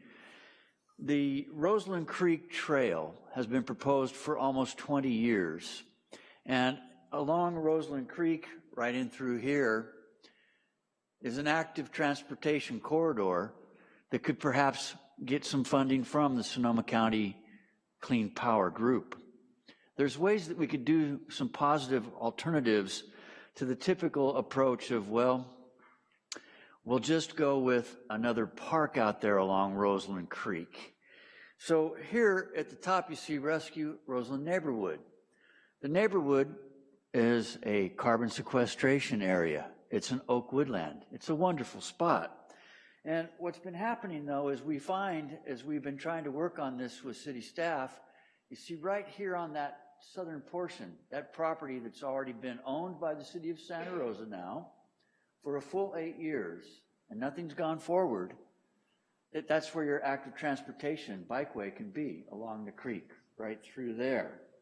Unfortunately, some city staff haven't seen the value in that, even though a full 8 years ago, a plan was come to agreement with the community. It was funded by the city. But then you got a new Parks and Recreation director. She wanted to come in and see about, well, let's revisit that. Mr. Rogers correctly stated, hey, we might not need to spend this extra money on this plan. She went out and hired somebody that she knew. Money was spent on a plan. She's not here anymore. And the people in the community don't like that plan. That plan is not what we had talked about or wanted, and essentially would ruin a lot of this neighborhood in this beautiful area along that creek. It's actually even been described where we would have a Pomo interpretive village where we'd be doing positive things for the first residents of our community, that instead maybe go for a pump track. And I can appreciate riding bikes. You see me on bikes all the time. But this is actually something that's very hurtful to natural areas. And we don't need that there. If you want another pump track, put one on the east side of town along the southeast greenway. There's plenty of acreage there. They don't have one there. There's one over here on the west side by Pioneer High School. So we don't need another one on our side. They're the ones who are deficient over on the east side. So put the pump track over there along the southeast greenway. Let them ride out there, have a wonderful time. And with that in mind, I'm hoping that you'll pay attention to tomorrow's Community Services Board meeting, where at least a dozen, if not more, members of the community will be pushing against this. Thank you for your time. I really appreciate it. Thank you so much, Mr. DeWitt. Mr. Chernoff, followed by Diane Wheeler.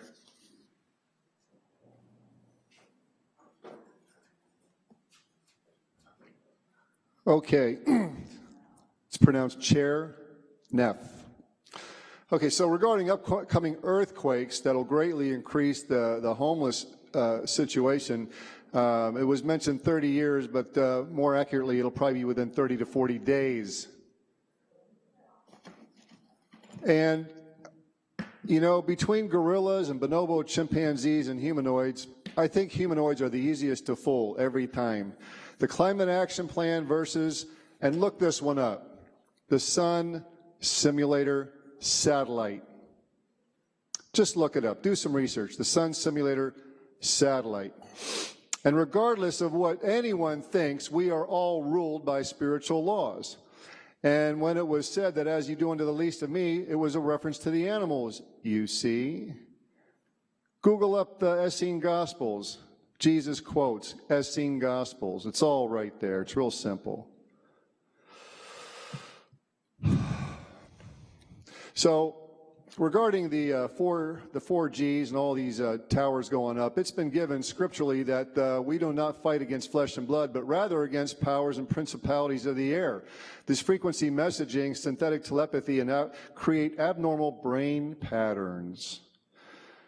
These frequencies disrupt and destroy sleep, doing insane to the brain, disrupting thought patterns. Even the World Health Organization recognizes computer gaming as a gaming disorder, as an addiction. And not 1 in 1,000 Sonoma County students know the U.S. Constitution and its true beginnings. Sonoma County students can barely able to comprehend math, which is pretty much comparable to 4th grade math in dozens of other countries, and we want to speed up the internet so they can submerge in more foolishness. Many students from around other nations speak fluently 3 to 5 languages, including English, better than Americans. So just precisely who seeks to fill students' minds with faster access to this foolishness? And come on, no matter how comprehensive any wireless or otherwise alert is manufactured, who could have predicted the 39 or so simultaneous fires initiated by blue laser Star Wars technology? And certainly all will seriously doubt that Brown, Feinstein, Pelosi, or Zane will fess up to knowing this information. We're on the eve of a full moon. It should be our high noon. All I am is a servant. All I am is a servant. I am that I am. I'm a servant, and I'm here to command that the power be to shut down this insanity with the 40-day beautiful prophetic strike, which walks us into the promised land just as we'd like. Thank you so much, Mr. Cherneff. Thank you. Ms. Wheeler, followed by Barbara Moulton. Hi, thank you. My name's Diane Wheeler, and a few people have spoken before me about a letter that you all have received about asking to put a natural gas ban on new construction on an agenda, city council agenda in the near future. I want to reiterate that. They all spoke pretty eloquently, so I won't repeat what they've said. But I'd really like to ask the council to have a full discussion about the costs, the benefits of cost, climate, and comfort, as well as infrastructure and technical aspects, the economics, and the feasibility of such a plan. The climate benefits would certainly be one of the more important aspects of a natural gas ban, but also with full awareness of the insurance gap that a lot of homeowners are facing and the incredible burden of rebuilding their homes. There could be cost benefits to a natural gas ban that haven't yet been uncovered. So we respectfully ask for that to make an agenda. Thank you. Thank you so much, Ms. Wheeler. Ms. Moulton, followed by Mr. McGavin. Thank you, Council. I won't take any more of your time. What's already been said about moving away from natural gas, I just want to support wholeheartedly. Thanks so much. Well, thank you so much. Mr. McGavin.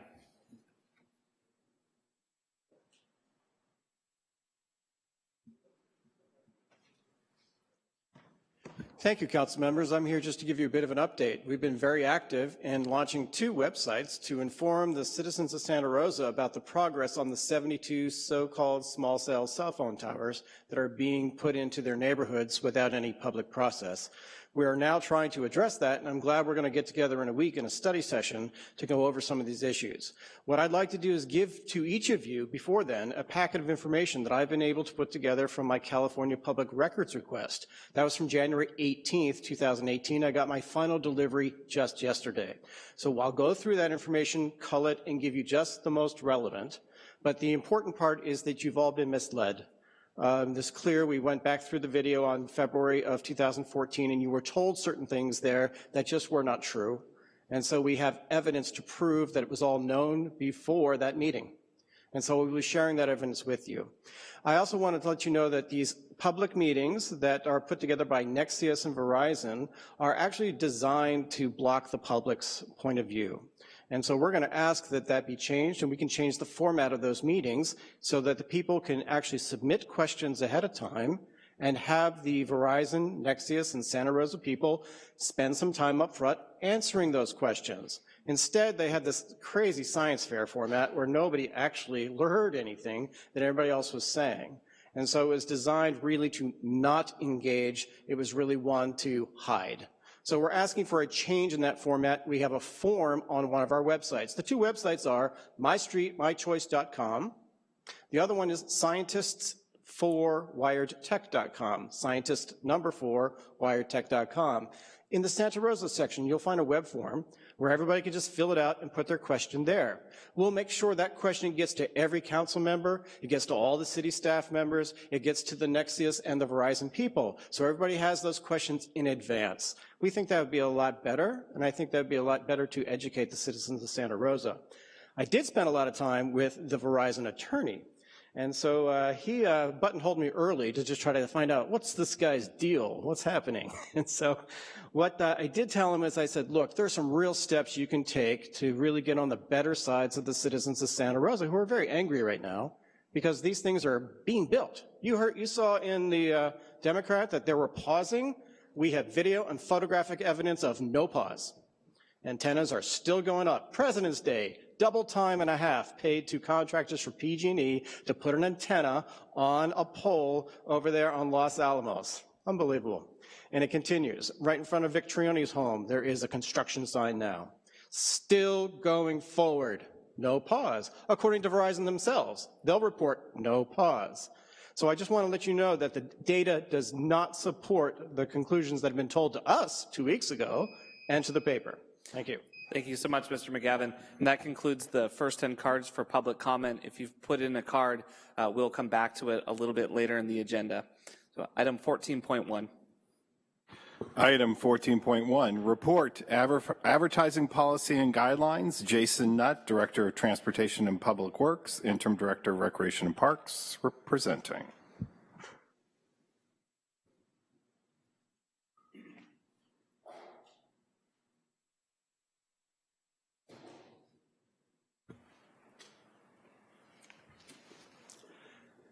Good afternoon, Vice Mayor Rogers and members of the council. It's my pleasure to come and talk to you about the proposed advertising policy and guidelines.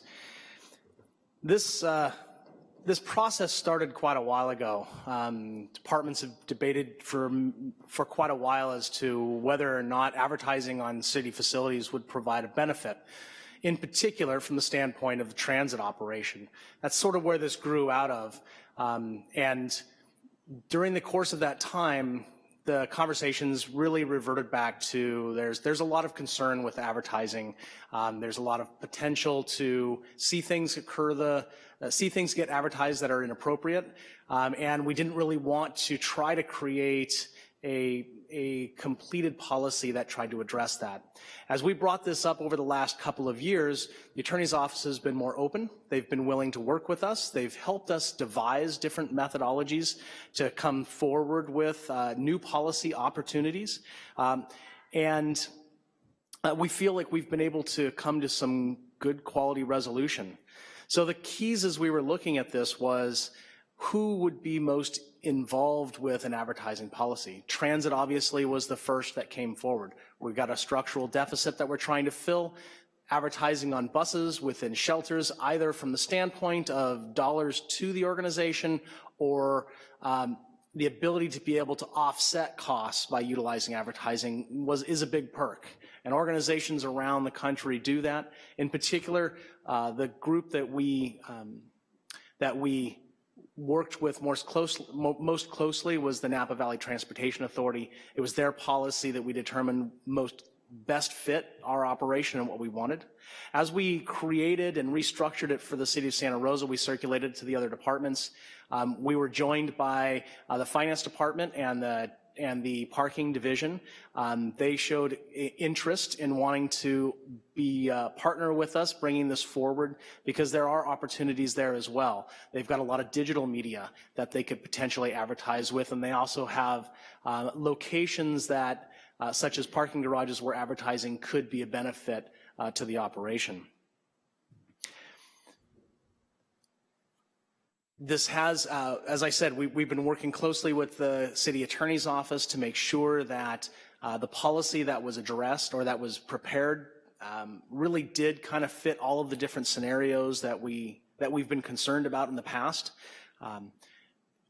And the attorney's office feels that this is a good step forward. There certainly are always concerns because there's always different ways to work your way around some of the policy, but there was definitely a feeling that this is a good step. It's a good first step for the city of Santa Rosa to initiate an advertising policy, and that's what we're presenting today.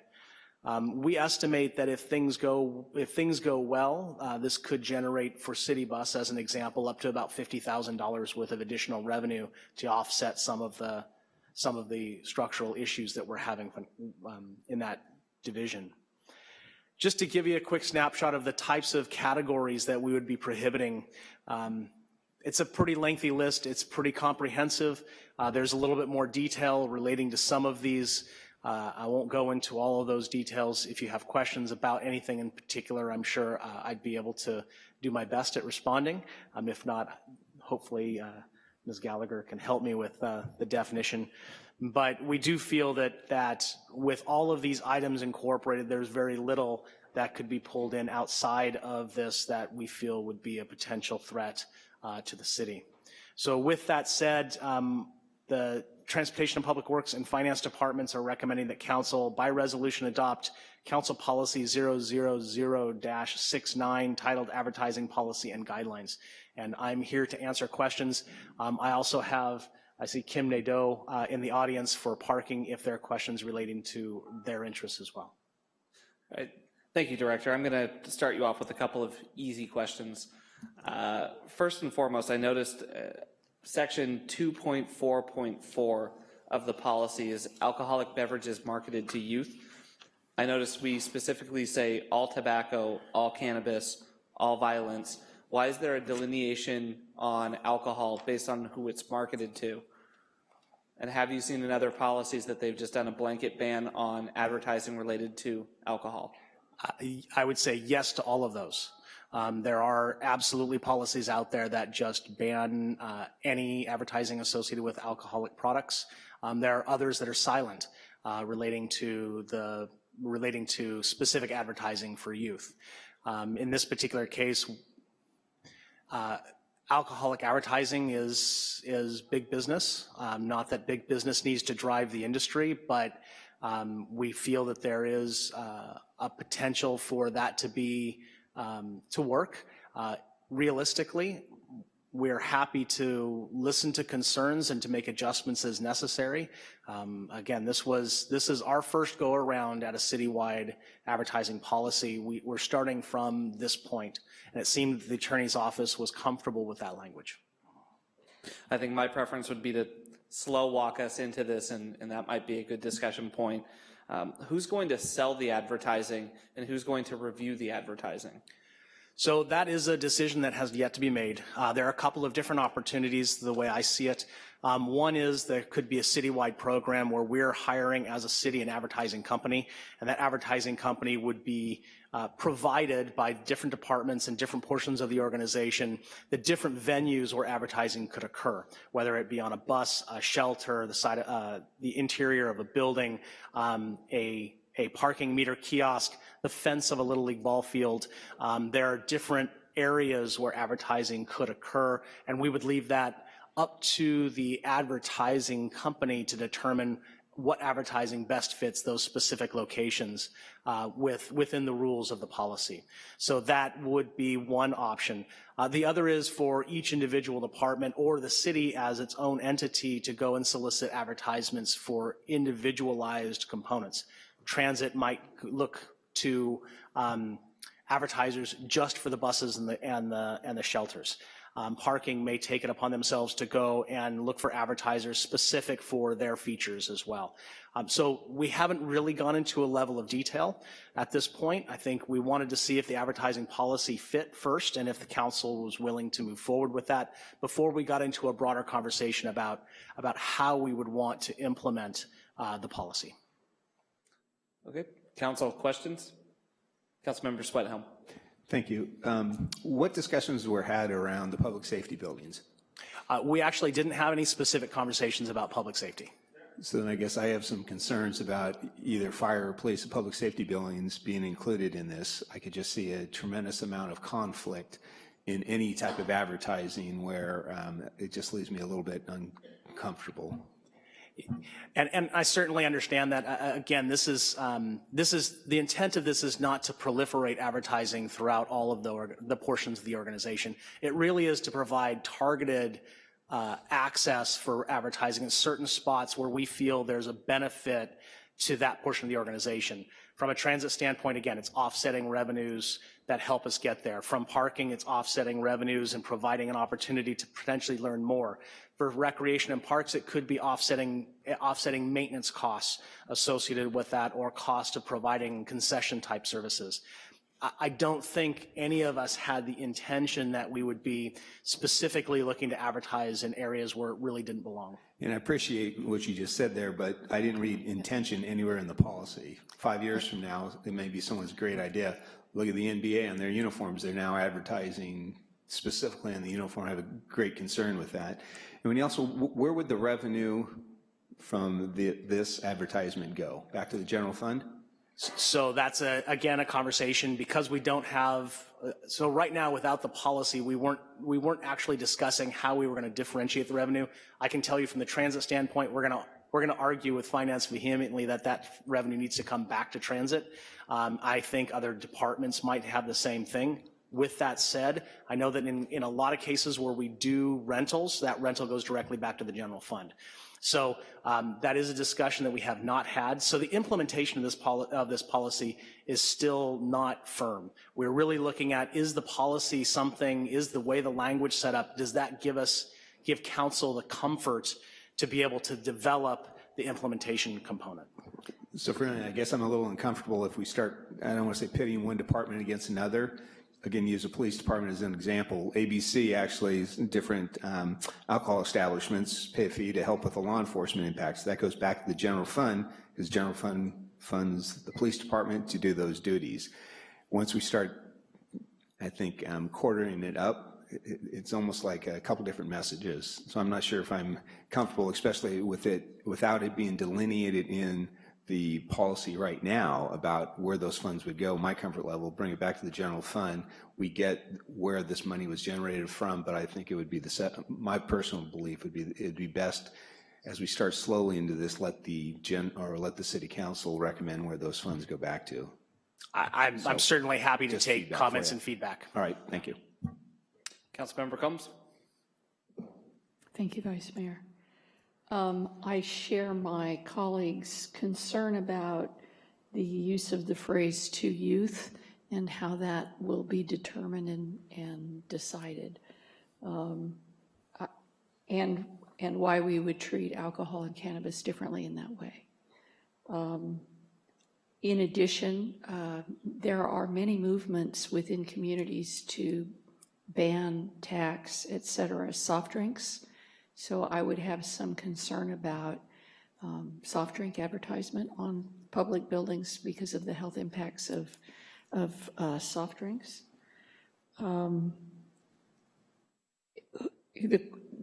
question of who decides what's obscene and nude comes up quite often. I would hate that the Museum of Modern Art might suggest that they had some kind of a ad with us to encourage people to visit the Museum of Modern Art, and then the image was of a famous artwork that perhaps had some nudity. I would like to have some reassurance about how we make those decisions. I may be in the weeds a little bit on this, but I'm just sort of throwing out things that concern me. With regard to religious advertising, just a second, my system I had made notes on my computer and it just stopped being there. It has taken me to settings, just a second. My colleague is saying ruh-roh. When we talk about religious advertising, can a not-for-profit such as Catholic Charities take out an ad emphasizing their services? Is that viewed as religious advertising, since it does put forward that brand? So I'm just asking, because I don't know these answers. So from the standpoint of religious advertising, I believe that the intent of that, and Ms. Gallagher, correct me if I'm wrong, I believe the intent of that was for service, or not to prohibit services that an entity might provide, but more to need help that may promote specific religious attributes. Okay, that's going to get interesting. There are a lot of tricky, I come from originally long ago, a deep South state, and we had a lot of organizations that wanted to assist women in not seeking certain services when they were pregnant. And some of those would get pretty pointed. Is that religious or is that political, social issues? Or not either, because they're offering a service.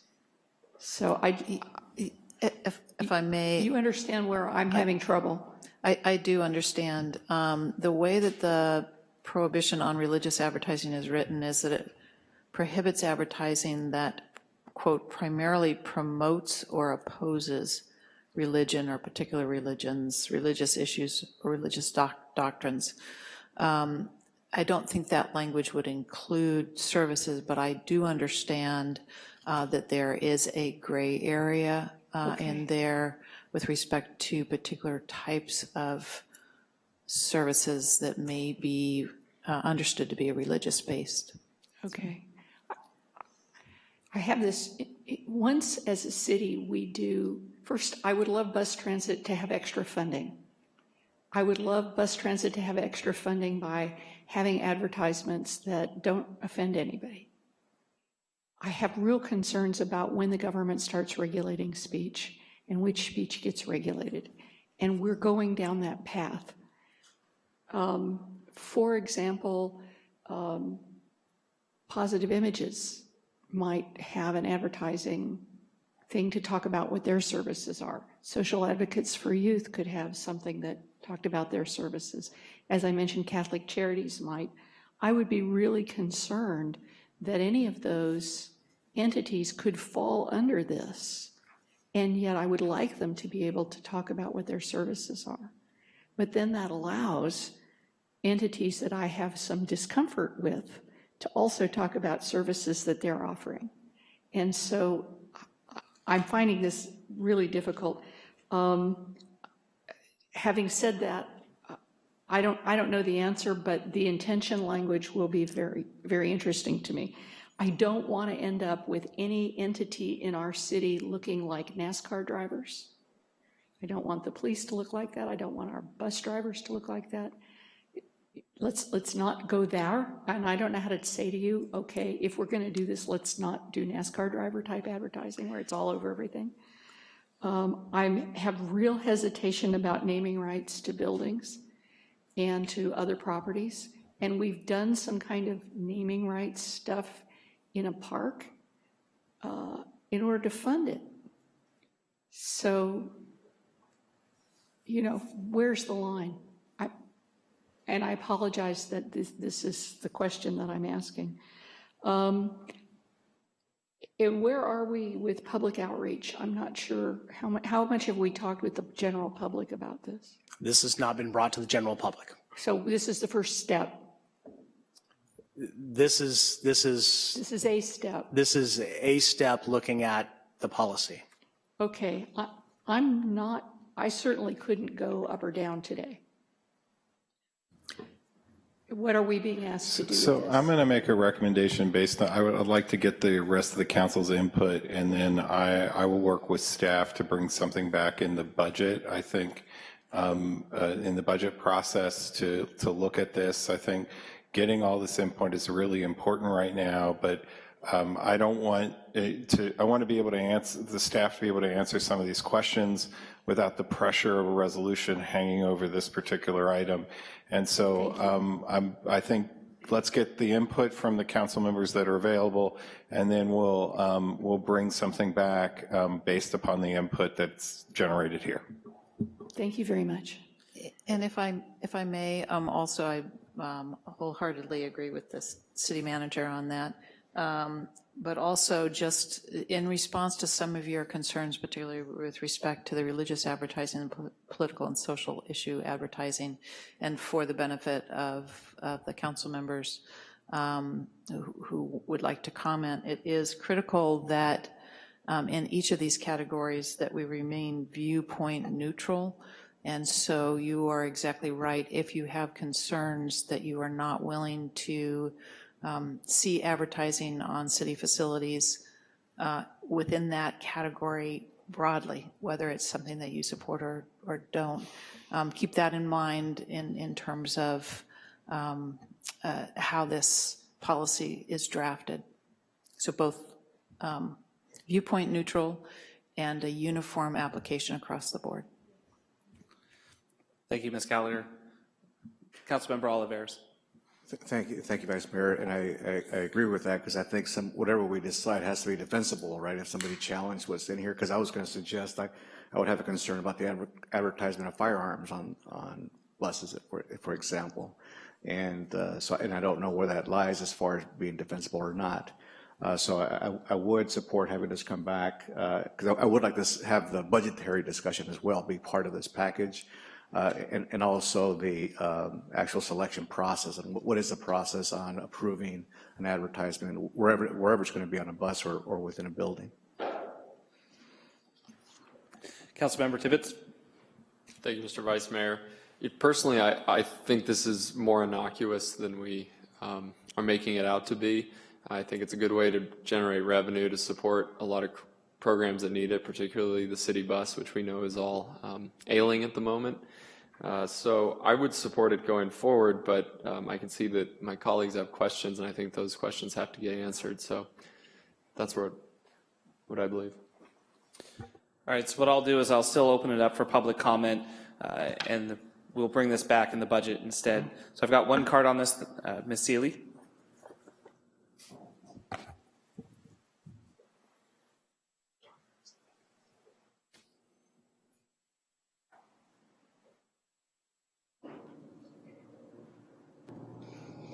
Thank you, Vice Mayor Rogers and the City Council. Ann Seeley speaking for Concerned Citizens for Santa Rosa. If I sound a little funny, it's because I've just come from the dentist. We understand the need for revenue enhancement, absolutely, but believe that that need needs to be balanced against the values of the beauty and the dignity of the city. This,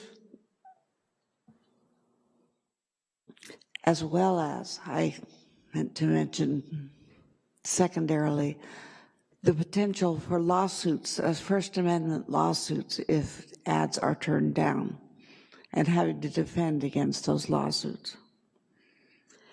This system, if it's put in place, would require a terrific editor, somebody very skilled and very strong, and who has the consensus of the community and the council behind that editor. I'm alarmed that this has spread beyond the use of advertising in transit. Transit, most of us are used to getting on a bus or a train and seeing placards with advertisements, but the idea of extending it to buildings, City Hall's wall could have a big billboard on the side.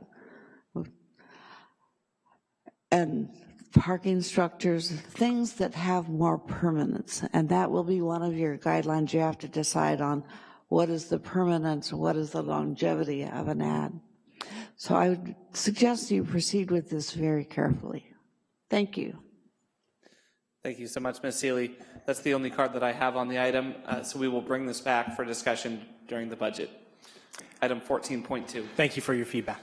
Item 14.2, report approval of an agreement with Raggle Ranch Homeowners Association for red curb maintenance. Rob Sprinkle, Deputy Director, Traffic Engineering, presenting. Welcome, Rob.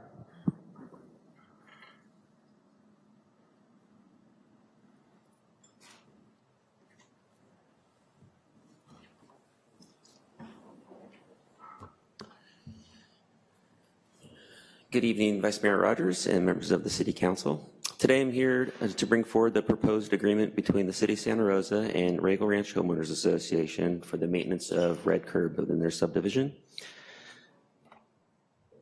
As a little bit of background, this is also a pilot project that we haven't gone forward before in the past, where we would be establishing the initial red curb within the subdivision. The city would be, and then turning over the maintenance of that red curb to the Homeowners Association. As some background, in June of 2017, the Homeowners Association came to the city and requested us to paint the red curb within their subdivision on the bulb outs and along the gang mailboxes. This is something that the city typically doesn't do. It takes a lot of our resources, and the maintenance is really one of the main issues that we face in the ongoing maintenance of the red curb once it's been installed.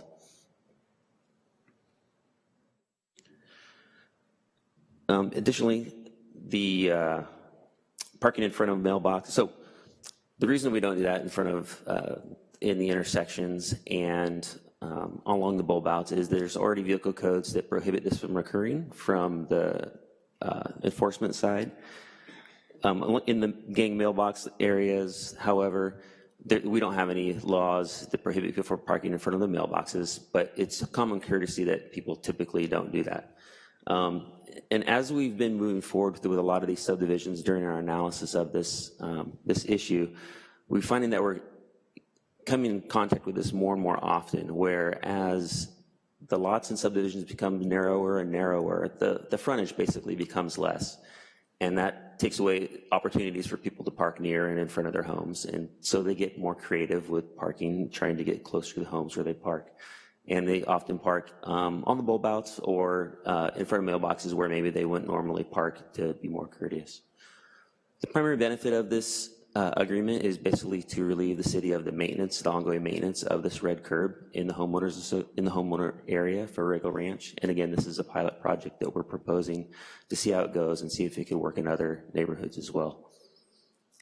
The Raggle Ranch Homeowners Association also supports this agreement that we're proposing today. And with that, I'd recommend that from the Transportation and Public Works Department that the council by resolution approve an agreement with the Raggle Ranch Homeowners Association for the association to perform the maintenance of the red curb painting. I'm happy to answer any questions that you might have. Thank you, Mr. Sprinkle. Are there any questions from the council? Okay, I have no cards for this for public comment. So, Councilmember Sweathelm. Thank you, Vice Mayor. I move a resolution of the Council of the City of Santa Rosa approving an agreement with Regal Ranch Homeowners Association to perform maintenance of red curb painting and wait for the reading of the text. I'll second that. I apologize. I had to be out of the room for a second. It says to perform maintenance, but my understanding is that we're going to do the initial paint and that then they're going to do the maintenance. Correct. Okay, thank you. Council, your votes.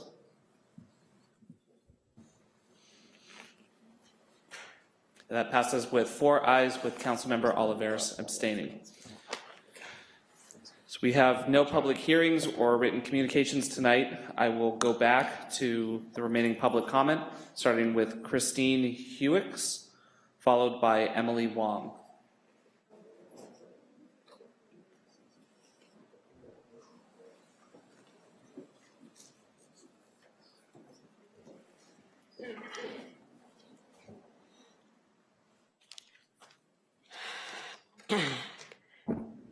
Good evening. Hi, my name is Christine Hooks, and thank you for the opportunity to be here tonight and to speak. I'm with 350 Sonoma, and we are also, as the folks earlier, we are friends of the Climate Action Plan. So I'm in solidarity with those folks who spoke earlier today. So we're today asking you to agendize a discussion about eliminating natural gas lines to new and rebuilt homes. We recognize that many in our community suffered great loss due to the fires, and we wish to support their efforts to recover, of course. Therefore, any mandates governing rebuilding will need to be fully funded. Sonoma Clean Power has developed an incentive program to encourage all-electric ready and all-electric homes.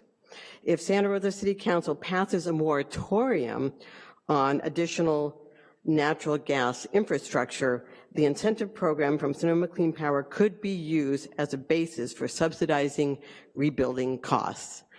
And wouldn't that be great? Potentially more than offsetting any additional costs.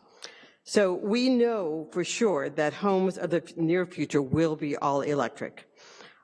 We also know for sure that natural gas has a far more potential greenhouse gas impact in our atmosphere than CO2.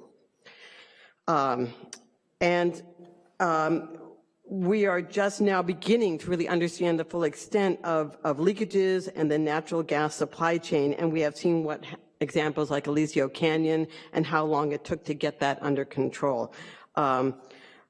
Methane is an incredibly potent, dangerous greenhouse gas, and it's difficult to stop these leaks. So we really believe, and I feel so strongly about this, it's time for Santa Rosa to act on these ambitions of the Climate Action Plan. And our community can offer substantial financial support to fire victims to build high-value, comfortable, future-proof homes. That's a good term. I like that, future-proof homes, because things will be changing in the future. Homes that will maintain their value due to lowering operating cost. It will be a bold move and one that is critical to meeting our greenhouse gas reduction targets in this county, and to make California a leader, and to give California a signal that we're a leader in this critical process of ending new fossil fuel expansion projects, especially including expensive natural gas lines for residential and commercial projects. Thank you so much. Thank you so much. Next, we have Sonoma County Royalty with Emily Wong, followed by Christina Schmoll.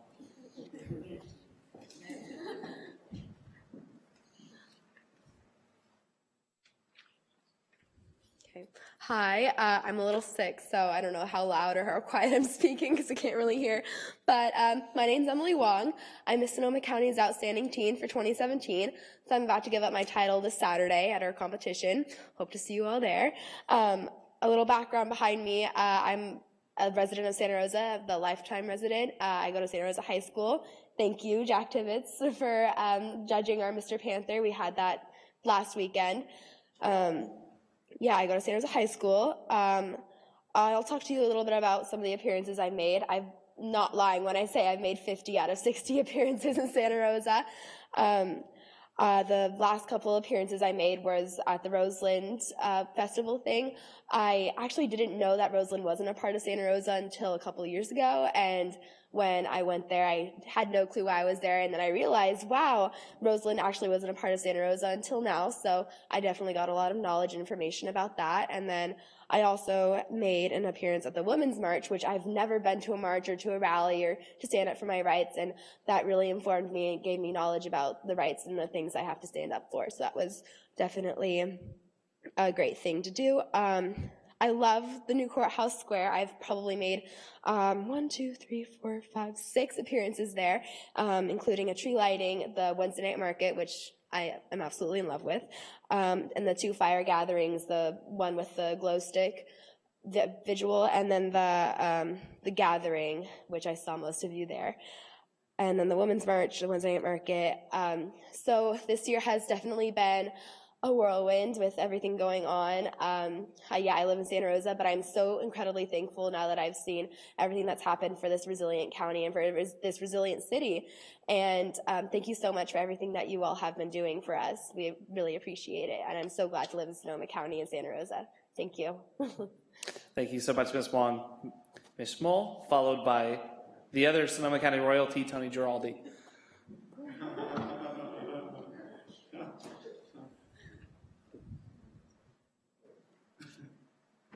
I'm also a little sick, so I'm not sure about my volume as well. Hi, my name is Christina Schmoll. I'm Miss Sonoma County 2017. I have met all of you many, many, many times, so this is not my first introduction. I also, like Emily, I'm a lifetime resident of Santa Rosa. I was born in Santa Rosa Memorial Hospital, and I went to Maria Carrillo High School, and right now I attend the Santa Rosa Junior College, and I plan on transferring to Sonoma State, so I'm locked into Sonoma County for a long while. So it's my last week. I only have 4 more days of being Miss Sonoma County, and it's crazy that it's already been a year. I actually only got 364 days, so I am 1 day less than a year. I'm going to see you, Chris Rogers, at the competition. Thank you for judging. It'll be a really hard decision. I have no idea who it's going to be. The girls have all been practicing now for 2 months, every single Sunday for 6 hours, and this last Sunday they practiced for 8 hours, so they're really, really prepared, and now it's just up to fate. I have done probably 80% of my appearances in Santa Rosa, a lot of them being at the courthouse square, which I'm really happy that you guys made that decision. I think it's brought the community together, and it's been a place where people all over Santa Rosa can gather, and I think it hasn't even been a year, and it's already had, I feel like there's been an event at least every other day, I feel like there. Some of my favorite appearances in Santa Rosa were all of the ones at Courthouse Square. Any appearance that I made with the Redwood Gospel Mission. I got to visit the Brookdale Senior Living Community at Pauline Creek and talk with the senior citizens, and that was so great. They were all so excited to talk to me and share stories. I also spent 10 days at the Sonoma County Fair, and then also got to visit the Children's Museum of Sonoma County for the first time. Thank you all for all of your time and support with me this year, and I'm excited for you guys to meet the 72nd Miss Sonoma County, and I'm happy to live in Santa Rosa, and I plan on living here for a long time. So thank you guys. Thank you so much, and congratulations both of you on your 364 days. Tony Giraldi, followed by Anita LaFollette.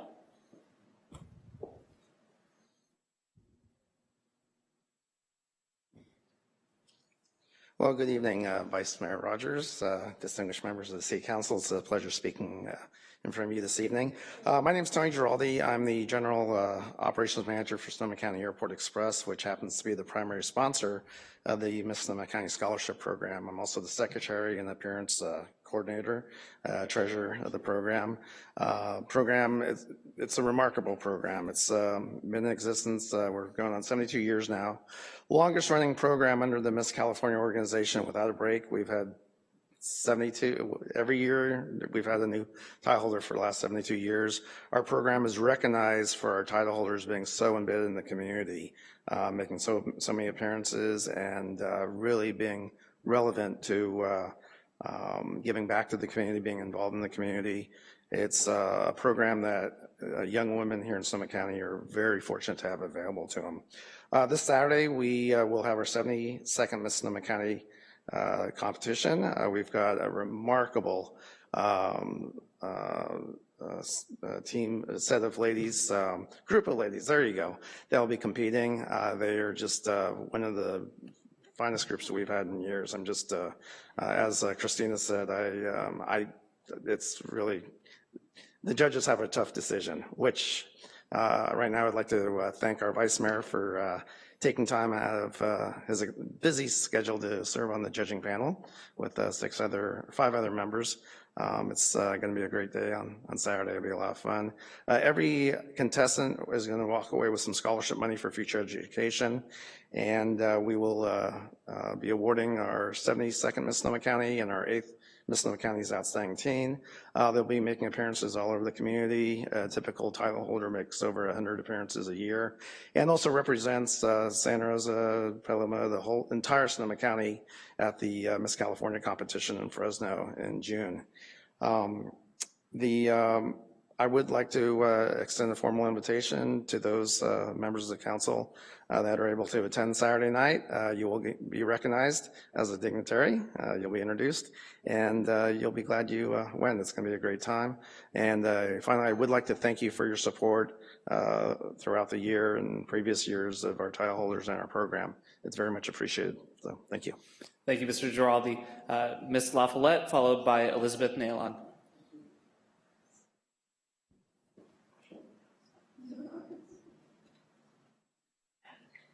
Good evening.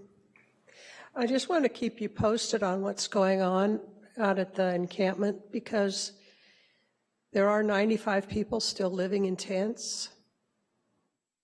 They do have porta potties, but that's funded by us. And I'm sure you're aware that the county has met with them 2 weeks ago. Ms. Van Fleet from CDC and Ms. Hopkins, and they've decided that they're going to evict them. They have no place for them to go, but they're going to evict them. They did say they set up some services in a hardware store. I haven't been there yet, so somebody I know was there Monday, and there was no one there, so their services haven't begun yet. But they begin counting down the days. So it's 30 days, so that'd be like March 28th, 26th. They'll have to move, and I wanted to let you know that Linda Hopkins is going to meet with them again tomorrow night at 5 o'clock if you'd like to join, because there's a lot of confusion about just exactly who's going to do the sweep, since it's county land, but not county land, but city land or something. We don't quite know which police department's going to do the sweep, and how that's going to be done, because we don't know whether we should listen to the police department or the sheriff's department to find out when that's going to be done. So we can help them move, because we don't want them leaving their things behind. They have precious items there. If you didn't know that, you could try going homeless for a while and see that everything you do have is more important than it was when you had a home. You could just leave it in the corner somewhere and ignore it. And when you have it, when you're homeless, it's more important. So I want to invite you tomorrow at 5 to join us. It's at the library on Sebastopol Road. I'm sure you know where that is. And maybe you can tell us just exactly how this sweep is going to come down, because those people out there don't have any place to go, and there's some talk of just moving them back to 6th Street. And so maybe you might give us some feedback on whether or not you want them back. Because I don't know where else maybe Holmes Hill, we could put them back over there, because now you've got it all cleaned out. It's just a thought, and I appreciate your feedback on those two items Mr. Ernesto left. But Thank you, Ms. LaFollette. Ms. Daylon.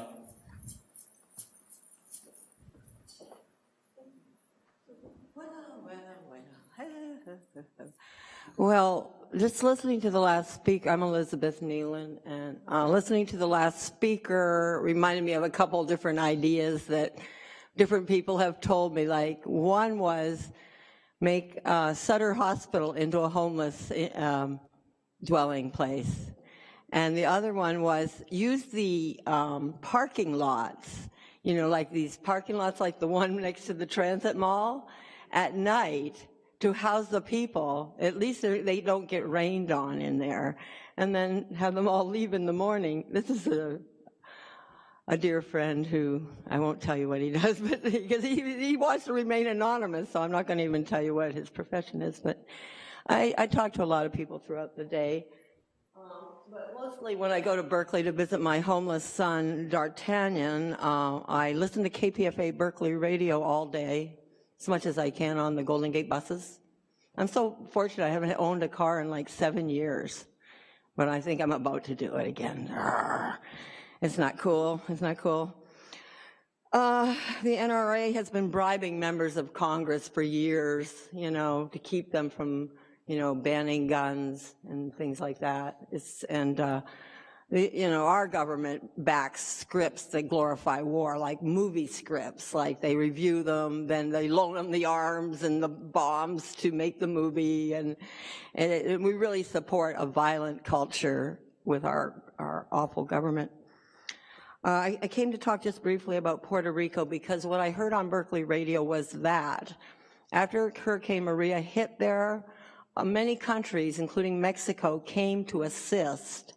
And because of some colonial statute, this place should have been made a state a long time ago. Instead, it's a colony, and we are colonialists. Our government is a colonialist government. And we sent these people away that were just full of wonderful things they wanted to share and help. And now, 5 months later, at least half the people that were affected have not got electricity. And basically, they're being forced to leave Puerto Rico so they can make room. It's a gentrification process strategy to take over Puerto Rico, make it a giant resort for the rich. Apparently, the 1% owns about 50% of America's wealth, and the 99% own the other 50%. But our homeless are disenfranchised, and it was sad to hear Peter's opinion that we have concentration camps where we're taking people to. But being on the street as much as I am, I sometimes wonder what happens to people that disappear that I've known out there. Small houses should be built, small houses on wheels. I mean, okay, yeah, this kicking them out of the tent encampment. Thank you so much. That's some harsh stuff there. Thank you. That's my last card, and with that, we are adjourned.